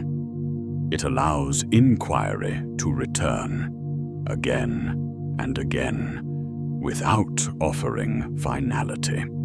This allowance suggests that understanding may not be the goal. Goals imply completion. The universe shows no sign of completing itself. Processes continue, patterns persist, change unfolds without resolution. The universe behaves as though it is not moving toward an answer, but exploring a range of possibilities. Awareness mirrors this behavior when it stops demanding closure. In this mode, questions feel less urgent. They become companions rather than problems. They shape attention without pressuring it. This companionship creates a quieter form of meaning. Meaning that does not depend on explanation. Meaning that arises from engagement itself. The universe reveals invitations because invitations preserve openness. They allow inquiry to continue without exhausting itself. Answers would end the conversation. The universe appears uninterested in endings. It allows structures to dissolve, but it does not frame them as conclusions. It allows cycles to complete, but it does not mark them as final. Everything transitions without declaration. Understanding, if it exists, may function the same way. It may not be something achieved once and held permanently. It may be something approached repeatedly, each time differently. This approach removes pressure from inquiry. Questions do not need to be solved to be valuable. They do not need to justify their existence with answers. Their value lies in how they shape attention. The universe seems to reward shaped attention more than solved problems. Shaped attention lingers. It notices subtlety. It recognizes continuity. This recognition does not produce certainty. It produces familiarity. familiarity without mastery. The night sky feels familiar not because it is understood, but because it has been watched. Its patterns repeat without explanation. Its silence remains consistent. This consistency creates trust, not knowledge. Trust allows curiosity to remain open. The universe reveals itself slowly, not because it is withholding, but because it is vast. No single perspective can capture it fully. Each attempt reveals a partial view. Partial views do not accumulate into completeness. They create a mosaic. A mosaic does not resolve into a single image. It invites movement, perspective shifts, reconsideration. The universe may be more mosaic than map. Maps aim for coverage. Mosaics aim for relationship. This distinction matters. Maps imply territory conquered. Mosaics imply patterns appreciated. The universe does not seem concerned with being conquered. It offers patterns. These patterns do not answer questions. They invite deeper ones. The invitation is not urgent. It does not demand acceptance. It simply remains. This remaining feels deliberate without implying intention. The universe does not instruct. It offers. Offering is different from explaining. Explanation reduces complexity. Offering preserves it. The universe preserves complexity. This preservation suggests that understanding, as humans often define it, may not align with reality's nature. Understanding seeks to reduce. Reality seeks to unfold. These two impulses coexist uneasily. When understanding dominates, mystery shrinks. When mystery dominates, understanding feels inadequate. The universe balances these impulses by never resolving completely. It allows partial understanding, then extends beyond it. This extension does not feel like denial. It feels like invitation. An invitation to remain curious without expecting closure. This expectation shift can feel like loss at first. The loss of certainty, the loss of final answers. But it also brings relief. Without the burden of resolution, inquiry becomes sustainable. Curiosity no longer burns itself out, chasing conclusions that never arrive. Instead, it settles into rhythm. The universe appears rhythmic rather than goal-oriented. Patterns repeat, cycles unfold, questions reappear in new forms. This repetition is not stagnation. It is exploration within constraint. Exploration does not require answers. It requires openness. The universe reveals openness. It does not hide answers maliciously. It offers contexts in which questions make sense. This offering respects the limits of awareness. The universe does not overwhelm. It allows understanding to grow at the pace of attention. Attention, when unhurried, finds meaning without explanation. This meaning feels less like certainty and more like alignment. Alignment does not answer questions. It allows them to exist comfortably. This comfort is unfamiliar in a culture trained to resolve. But late at night, when urgency fades, comfort with not knowing feels natural. The mind relaxes. Curiosity softens. The universe feels less demanding. In this state, unanswered questions no longer feel like failures.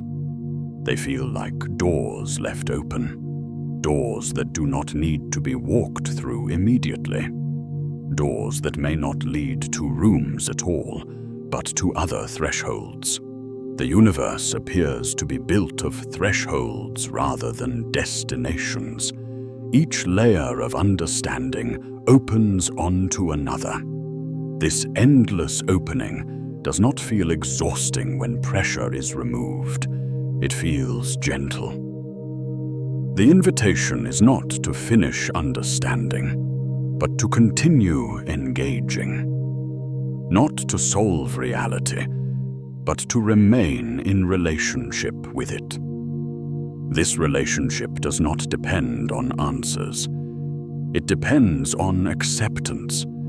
Acceptance that mystery is not a temporary condition. It is a permanent feature. The universe does not reveal itself by becoming fully known. It reveals itself by remaining partially unknowable. This unknowability is not a flaw. It is the space where curiosity lives. The universe does not ask to be completed. It asks to be encountered. Encounter does not end questions. It deepens them. This deepening is the revelation. Not answers, but invitations. And it is within this acceptance of open-endedness, this willingness to live with questions, rather than eliminate them, that the next shift begins to form. Because once invitations are recognized for what they are, the need for resolution begins to soften. And in that softening, acceptance quietly follows. There comes a point, usually late at night, when the effort to understand everything quietly loosens its grip. The mind grows tired of demanding answers, not out of defeat, but out of recognition. Recognition that some questions do not resolve because they were never meant to. In this softened state, mystery stops feeling like a problem and begins to feel like a companion. Living with mystery is not the same as surrendering to ignorance. It is an adjustment in posture, a willingness to stop forcing clarity where clarity does not naturally arrive. The universe does not seem offended by this shift. If anything, it appears to settle into it more comfortably. Throughout human history, mystery has often been treated as a temporary condition, something to endure until tools improve or theories advance. The expectation has always been that the unknown will eventually shrink, retreating as knowledge expands. Yet the opposite experience repeats itself. As understanding grows, mystery does not fade. It reorganizes. It moves deeper, becoming quieter, but no less present. This persistence suggests that mystery is not a flaw in knowledge. It is a feature of reality. When mystery is treated as an enemy, it produces anxiety. Unanswered questions feel like loose ends, threatening coherence. But when mystery is treated as a stable part of existence, something unexpected happens. The anxiety dissolves, curiosity remains, but without urgency. The universe feels less like a challenge and more like a landscape. Landscapes do not demand explanation before they can be appreciated. They invite presence. They offer patterns without insisting they be decoded. One can walk through them, return to them, notice different details each time, without ever exhausting their meaning. Mystery functions the same way. To live with mystery is to accept that understanding has a horizon, not a wall, but a distance that recedes as one approaches. This does not make effort pointless. It gives it context. Effort becomes exploration rather than conquest. The pressure to conclude fades, replaced by a quieter form of attention. Questions are allowed to remain open without feeling incomplete. They become part of the mental environment rather than unresolved tasks. This shift changes how silence feels. Silence is no longer an absence of explanation. It becomes a space where explanation is unnecessary.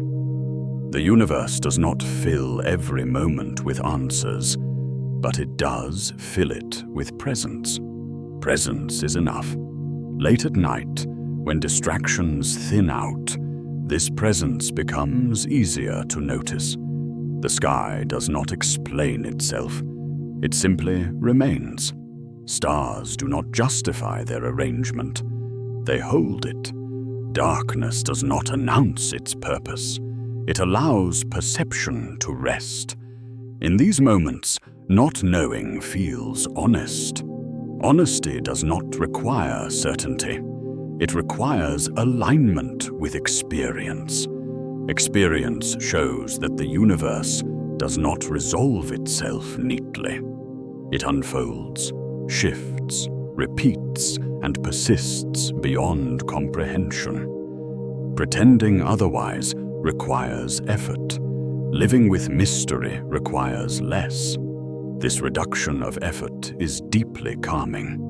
The mind no longer has to defend a worldview or protect conclusions. It can observe without needing to stabilize what it sees. Observation becomes gentler. This gentleness allows wonder to return without tension. Wonder without expectation. Curiosity without demand. The universe responds to this mode of attention in a subtle way, not by revealing secrets, but by feeling more coherent.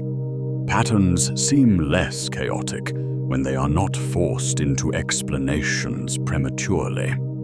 Coherence does not mean simplicity. It means relationship. Living with mystery allows relationships between ideas to remain flexible. Instead of locking concepts into rigid structures, they are allowed to interact, overlap, and contradict without requiring resolution. Contradiction no longer feels threatening. It becomes informative. The universe is full of contradictions that coexist without conflict. Stability emerges from opposing forces. Order arises alongside chaos. Permanence exists within change. Accepting mystery makes room for this coexistence. The need to choose between competing explanations softens. Multiple perspectives can be held without forcing them into agreement. This mental flexibility mirrors reality more closely than certainty ever could. Reality does not behave like a solved equation. It behaves like a process. Processes are ongoing. They do not culminate. They adapt. Living with mystery aligns awareness with this process-oriented nature. Instead of asking when understanding will arrive, the question becomes how to remain attentive without becoming rigid. This attentiveness is quiet. It does not announce itself. It does not demand validation. It simply remains engaged. Engagement without control is unfamiliar in a culture shaped by outcomes. yet it feels deeply natural once experienced. The universe seems to encourage this kind of engagement. It offers depth without closure, complexity without finality, silence without emptiness. Silence in this context becomes reassuring. It signals that nothing urgent is being missed, that reality does not require immediate comprehension to continue functioning, that existence does not depend on being understood. This realization lifts a subtle burden, the burden of feeling responsible for knowing everything. Humans often carry this burden unconsciously, the belief that understanding is a moral obligation, that not knowing represents failure or negligence. The universe does not reinforce this belief. It continues regardless. Living with mystery allows responsibility to shift, from knowing to noticing, from explaining to experiencing. Experience does not need to be justified. It needs to be present. Presence is easier to sustain when outcomes are not demanded. This ease is why mystery becomes comforting. Comfort does not come from certainty. It comes from stability. Mystery, paradoxically, provides stability because it does not change its nature. It remains open. Certainty changes. What feels certain today may feel outdated tomorrow. Mystery remains honest about its limits. This honesty builds trust. Trust allows relaxation. Relaxation deepens awareness. In this deepened state, questions feel less sharp. They do not pierce the mind, demanding resolution. They hover gently, shaping thought without controlling it. Thought slows. Slowness allows insight to arrive without force. Insight in this mode is not revelatory. It does not arrive as truth. It arrives as perspective. Perspective widens without solidifying. The universe appears larger when mystery is allowed to exist. Not larger in size, but in meaning. Meaning does not require answers. It requires context. Mystery provides context by preventing premature closure. Without closure, possibilities remain alive. Possibility is inherently comforting. It suggests that existence is not confined to a single interpretation, that reality is not locked into one explanation, that there is room for surprise. Surprise keeps curiosity gentle. Gentle curiosity does not exhaust itself. This endurance is important. Many people grow tired of asking big questions because the weight of unanswered inquiry becomes heavy. Living with mystery removes that weight. Questions are no longer burdens. They are companions. Companions do not need to be solved. They need to be understood as presences. Mystery, when accepted, becomes a presence rather than a gap. Gaps feel uncomfortable because they imply missing pieces. Presence feels complete because it does not suggest deficiency. The universe feels present even when unknown. This presence carries into sleep.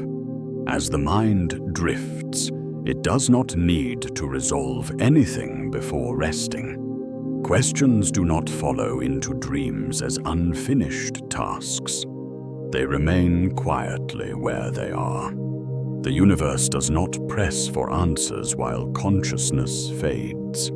It remains. This remaining is perhaps the deepest comfort mystery offers. Nothing is lost by not knowing. Nothing collapses. Reality continues unfolding, patient and unhurried. Living with mystery is not passive.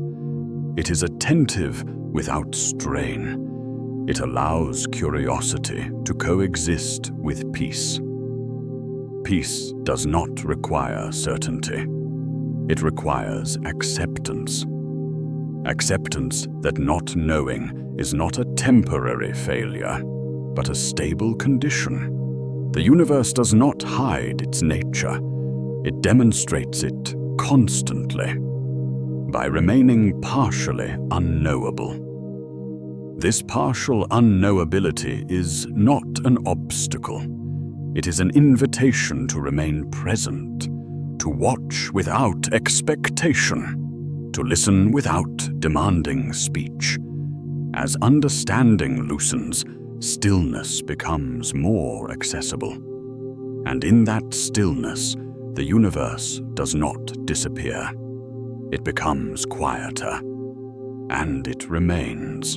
There is a thought that surfaces gently when everything else has gone quiet.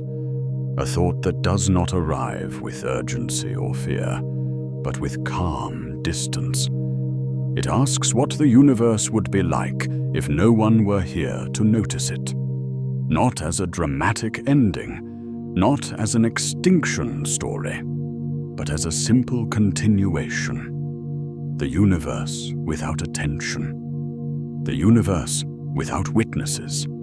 It is easy to assume that observation gives reality its meaning, that presence is somehow tied to awareness. Yet the universe shows no sign of depending on either. Long before eyes existed to see it, stars formed, burned, and collapsed. Galaxies arranged themselves into vast spirals without needing names. Time unfolded without clocks to measure it. The universe did not wait. Even now, beyond the edges of observation, processes continue untouched by awareness. Particles interact, fields fluctuate. Light travels through emptiness that will never be perceived. None of this pauses for recognition. None of it slows down in the absence of attention. This realization does not feel cold. It feels grounding. The universe does not require validation to exist. It does not perform for observers. It does not alter its course to be understood. It continues because continuation is its nature. Human attention in this context becomes optional rather than essential. This optionality is comforting. If the universe does not depend on being watched, then it is free from expectation. It is not fragile. It is not incomplete when unseen. It does not lose coherence when ignored. It simply remains. This remaining is not passive. It is active in ways that do not announce themselves. Stars age, matter shifts, structures evolve. Everything that happens now would still happen if awareness vanished tomorrow. The universe does not lean toward consciousness for permission. This does not diminish the value of observation. It reframes it. Observation becomes participation rather than maintenance. Awareness becomes a way of engaging with something that does not need engagement to persist. This reframing removes a subtle pressure. The pressure to matter cosmically. Many fears are built on the idea that if no one is watching, nothing matters. That significance is dependent on recognition. That meaning evaporates in silence. The universe suggests otherwise. Meaning does not collapse in the absence of attention. It simply changes form. It becomes intrinsic rather than assigned. Intrinsic meaning does not need explanation. It does not require acknowledgement. It exists because existence continues. This kind of meaning feels different from human narratives. It is quieter, less dramatic, more stable. The universe without observers is not empty. It is full of motion, interaction, and change. It is not lonely. Loneliness requires awareness. The universe does not experience absence. Absence is a human concept, born from expectation. The universe does not expect to be noticed. It does not anticipate engagement. It unfolds regardless. This indifference is not hostile. It is neutral. Neutrality can feel unsettling when first encountered. It removes the comforting illusion that everything revolves around perception. But it also removes fear. If the universe does not depend on attention, then it is not threatened by its loss. This stability is profound. The universe does not end when attention ends. It does not pause. It does not fade. It continues along trajectories set by relationships between forces, not observers. This continuity stretches backward as well as forward. Before awareness, after awareness, during awareness. The universe spans all of it without distinction. Time does not begin with observation. It does not end with forgetting. The universe holds durations longer than memory. This perspective invites humility without insignificance. Humans are not required for the universe to exist, but they are capable of noticing it.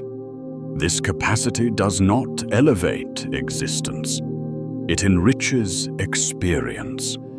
Experience is optional. Existence is not. The universe without us would still contain beauty, though beauty would not be recognized as such. Patterns would still form, though no one would trace them. Silence would still exist, though no ears would receive it. This silence is not empty. It is full of ongoing process. The idea that silence requires listeners is a misunderstanding. Silence exists regardless. It is not created by absence of sound. It is created by continuity, without interruption. The universe is largely silent by nature. This silence would remain. Without observers, nothing is lost from the universe's perspective. Loss is a concept tied to attachment. The universe does not attach. It relates. Relationships between forces continue, whether or not they are conceptualized. This is why the universe feels patient. Patience implies waiting, but the universe does not wait. It simply moves at scales where urgency has no meaning. Urgency belongs to awareness. The universe is not urgent. Without observers, there would be no deadlines, no conclusions, no endings in the human sense. Cycles would still complete. Structures would still dissolve. New arrangements would emerge from old ones. Nothing would announce these transitions. They would simply occur. This simplicity is calming. The universe without us is not a void. It is a continuation without commentary. Commentary is optional. This realization invites a deep form of rest. Rest does not mean withdrawal. It means release of responsibility.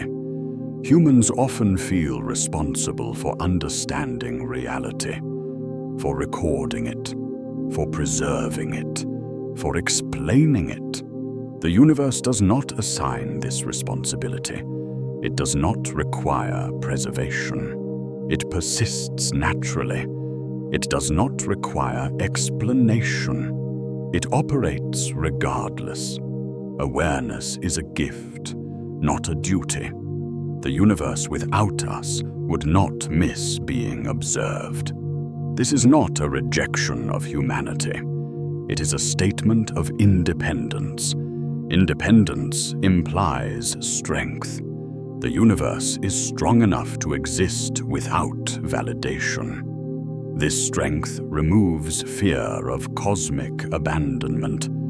The universe does not abandon observers when attention fades. It simply continues being what it is. Observers come and go. The universe remains. This remaining is the quiet that endures after all questions fall away, after curiosity softens, after explanation loosens, after attention drifts. The universe does not follow awareness into sleep. It stays awake in its own way. Processes continue through the night, through centuries, through eras that never intersect with consciousness. This continuity offers peace. Peace not because nothing matters, but because nothing depends on being noticed to exist. Meaning does not evaporate in the absence of observers. It becomes internal to existence. This internal meaning is inaccessible, but it does not need to be accessed. The universe does not suffer from being unknown.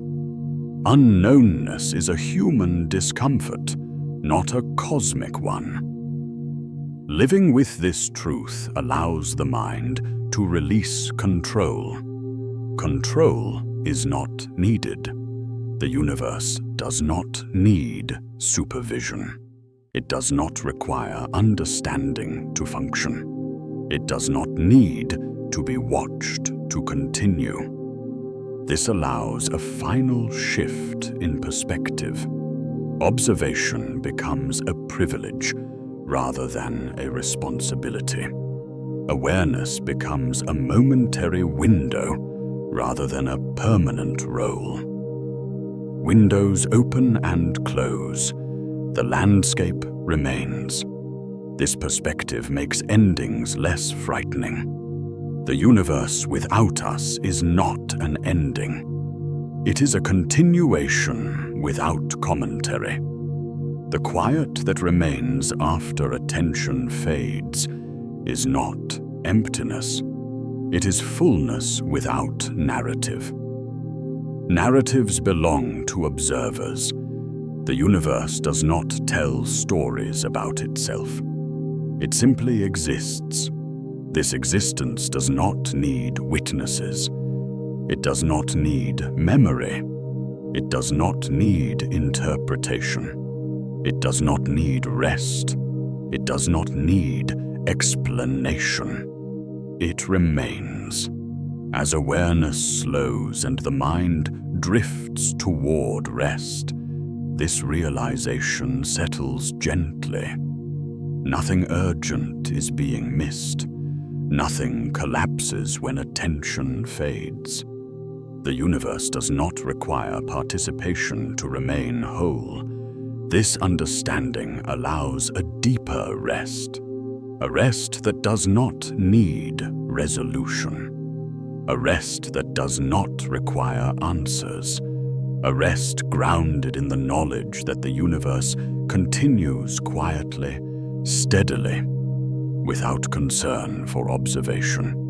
And in this quiet continuity, there is no demand to stay awake. Only the invitation to let go. There is a moment just before sleep arrives, when the mind loosens its grip on structure. Thoughts no longer demand order. Questions no longer press forward. Awareness softens, drifting without direction. In this space, the universe feels closer, not because it has moved, but because the noise that usually separates attention from stillness has finally faded. The universe does not announce endings. It does not close chapters or signal completion. It does not gather its mysteries and tie them into a final explanation. It continues unfinished, unbothered by the absence of resolution. This unfinished quality is not a flaw. It is a condition. Reality does not resolve itself into a final form. It remains open, layered, unfolding without destination. Even as stars burn out and structures collapse, new arrangements emerge. Nothing concludes. It only transitions. Human awareness often resists this. There is comfort in believing that stories end, that questions conclude, that understanding reaches a stable point. Endings provide rest. They offer permission to stop thinking. The universe does not provide this permission. It remains open even as attention fades. This openness can feel unsettling during the day, when the mind seeks clarity and control. But at night, openness feels natural. Sleep itself is an unfinished state. Consciousness does not end, it recedes. Awareness does not disappear, it loosens. The universe mirrors this rhythm. As the mind slows, the universe does not change its behavior. It does not respond to rest with rest. It continues in quiet motion, indifferent to whether it is being noticed. This indifference is gentle. It does not reject awareness. It simply does not depend on it. Falling asleep beneath an unfinished reality feels different once this is recognized. There is no need to carry unanswered questions into rest as unresolved burdens. They do not need closure before sleep can arrive. Questions remain where they are. The universe does not require them to be answered before continuing. This realization allows the mind to relax without abandoning curiosity. Curiosity does not need to be satisfied to be at peace. It only needs to be released from urgency. Urgency dissolves naturally as consciousness dims. The night sky does not offer conclusions before sleep. It offers presence, a vast silent presence that does not explain itself. This presence is enough. The universe does not end when eyes close. It does not pause when attention drifts. It does not wait for awareness to return. It simply continues. This continuation carries a quiet reassurance. Nothing depends on staying awake. Nothing depends on vigilance. Nothing collapses if attention fades. Reality is not fragile. It does not need to be held together by observation or understanding. It holds itself. This understanding settles gently as the body relaxes. Muscles loosen, breathing slows, thought fragments drift without direction. The universe remains unchanged by this process. Stars continue aging. Light continues traveling. Forces interact beyond perception. All of it unfolds whether consciousness is present or not.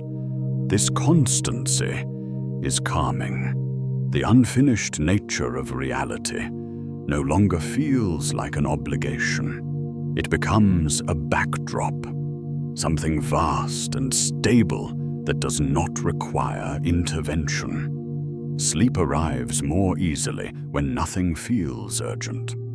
The mind no longer needs to solve existence before resting. It does not need to grasp meaning or resolve paradoxes. The universe does not demand comprehension. It does not test awareness. It does not reward answers with completion. It remains open, expansive, unresolved.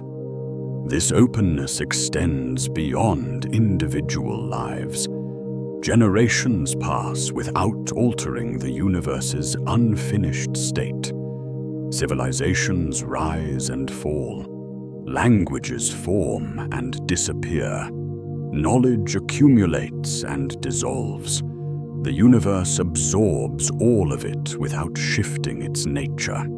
It remains incomplete by design. This incompleteness is not emptiness. It is fullness without boundary. Boundaries define endings. The universe resists them. Even concepts of beginning and end dissolve under close attention. Time does not neatly bracket existence. It stretches, bends, layers.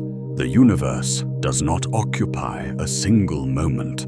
It exists across moments simultaneously. Sleep mirrors this layering. Dreams blur time. Past and present overlap.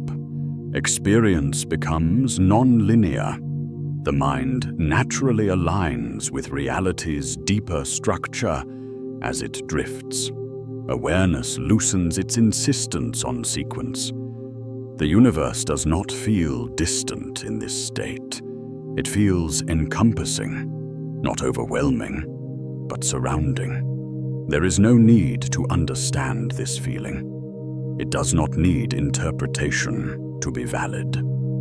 Falling asleep beneath an unfinished reality means accepting that nothing is concluded and nothing needs to be. The universe does not close its doors at night. It does not shut itself down. It remains accessible in the same way it always is. Accessibility does not mean explanation. It means presence. Presence is felt without effort. As attention fades, presence remains. This remaining presence carries no message. It does not instruct or warn. It does not reveal secrets. It simply exists. This simplicity is profound. Human minds often search for final meaning before rest, as if sleep requires justification, as if existence must be understood before it can be set aside temporarily. The universe offers no such requirement. It does not demand acknowledgement. It does not insist on interpretation. It allows rest without resolution. This allowance is generous. It suggests that curiosity and peace are not opposites. Curiosity does not need to be extinguished for sleep to arrive. It only needs to be freed from expectation. Expectation keeps the mind alert. Release allows it to soften. The universe does not expect anything from awareness. It does not wait for conclusions. It does not seek approval. It does not require completion. The unfinished nature of reality is stable. Stability does not require finality. It requires continuity. The universe offers continuity without narrative. Narratives belong to consciousness. As consciousness drifts, narratives fade. The universe remains. This remaining is not lonely. Loneliness requires comparison. The universe does not compare itself to anything else. It exists in relation to itself. This self-contained continuity is restful to contemplate. Nothing is missing. Nothing is unfinished in a way that demands repair. The universe is unfinished in the same way sleep is unfinished. It is a process that does not conclude. It cycles. Sleep ends, but the capacity to sleep does not. Waking returns, but rest remains possible. The universe cycles through states without resolving into final form. This cycling does not create tension. It creates rhythm. Rhythm does not need explanation to be felt. The night carries this rhythm gently. Breath aligns with it. Thought dissolves into it. Awareness relaxes within it. The universe does not guide this process. It does not interfere. It allows it. This allowance is the final comfort. Nothing needs to be held together consciously. Nothing needs to be remembered precisely. Nothing needs to be concluded before rest. The universe does not end when sleep arrives, neither does curiosity. Questions remain open, but they do not intrude. They settle quietly, like stars beyond cloud cover. Unseen, but still there. The universe does not withdraw its mystery when attention fades. It holds it. Mystery remains patient. It does not chase awareness. It does not demand engagement. It simply exists, waiting without expectation. This patience is infinite. Sleep arrives naturally in its presence. There is no final answer waiting beyond rest. No revelation that must be grasped before drifting. The universe does not rush toward conclusions.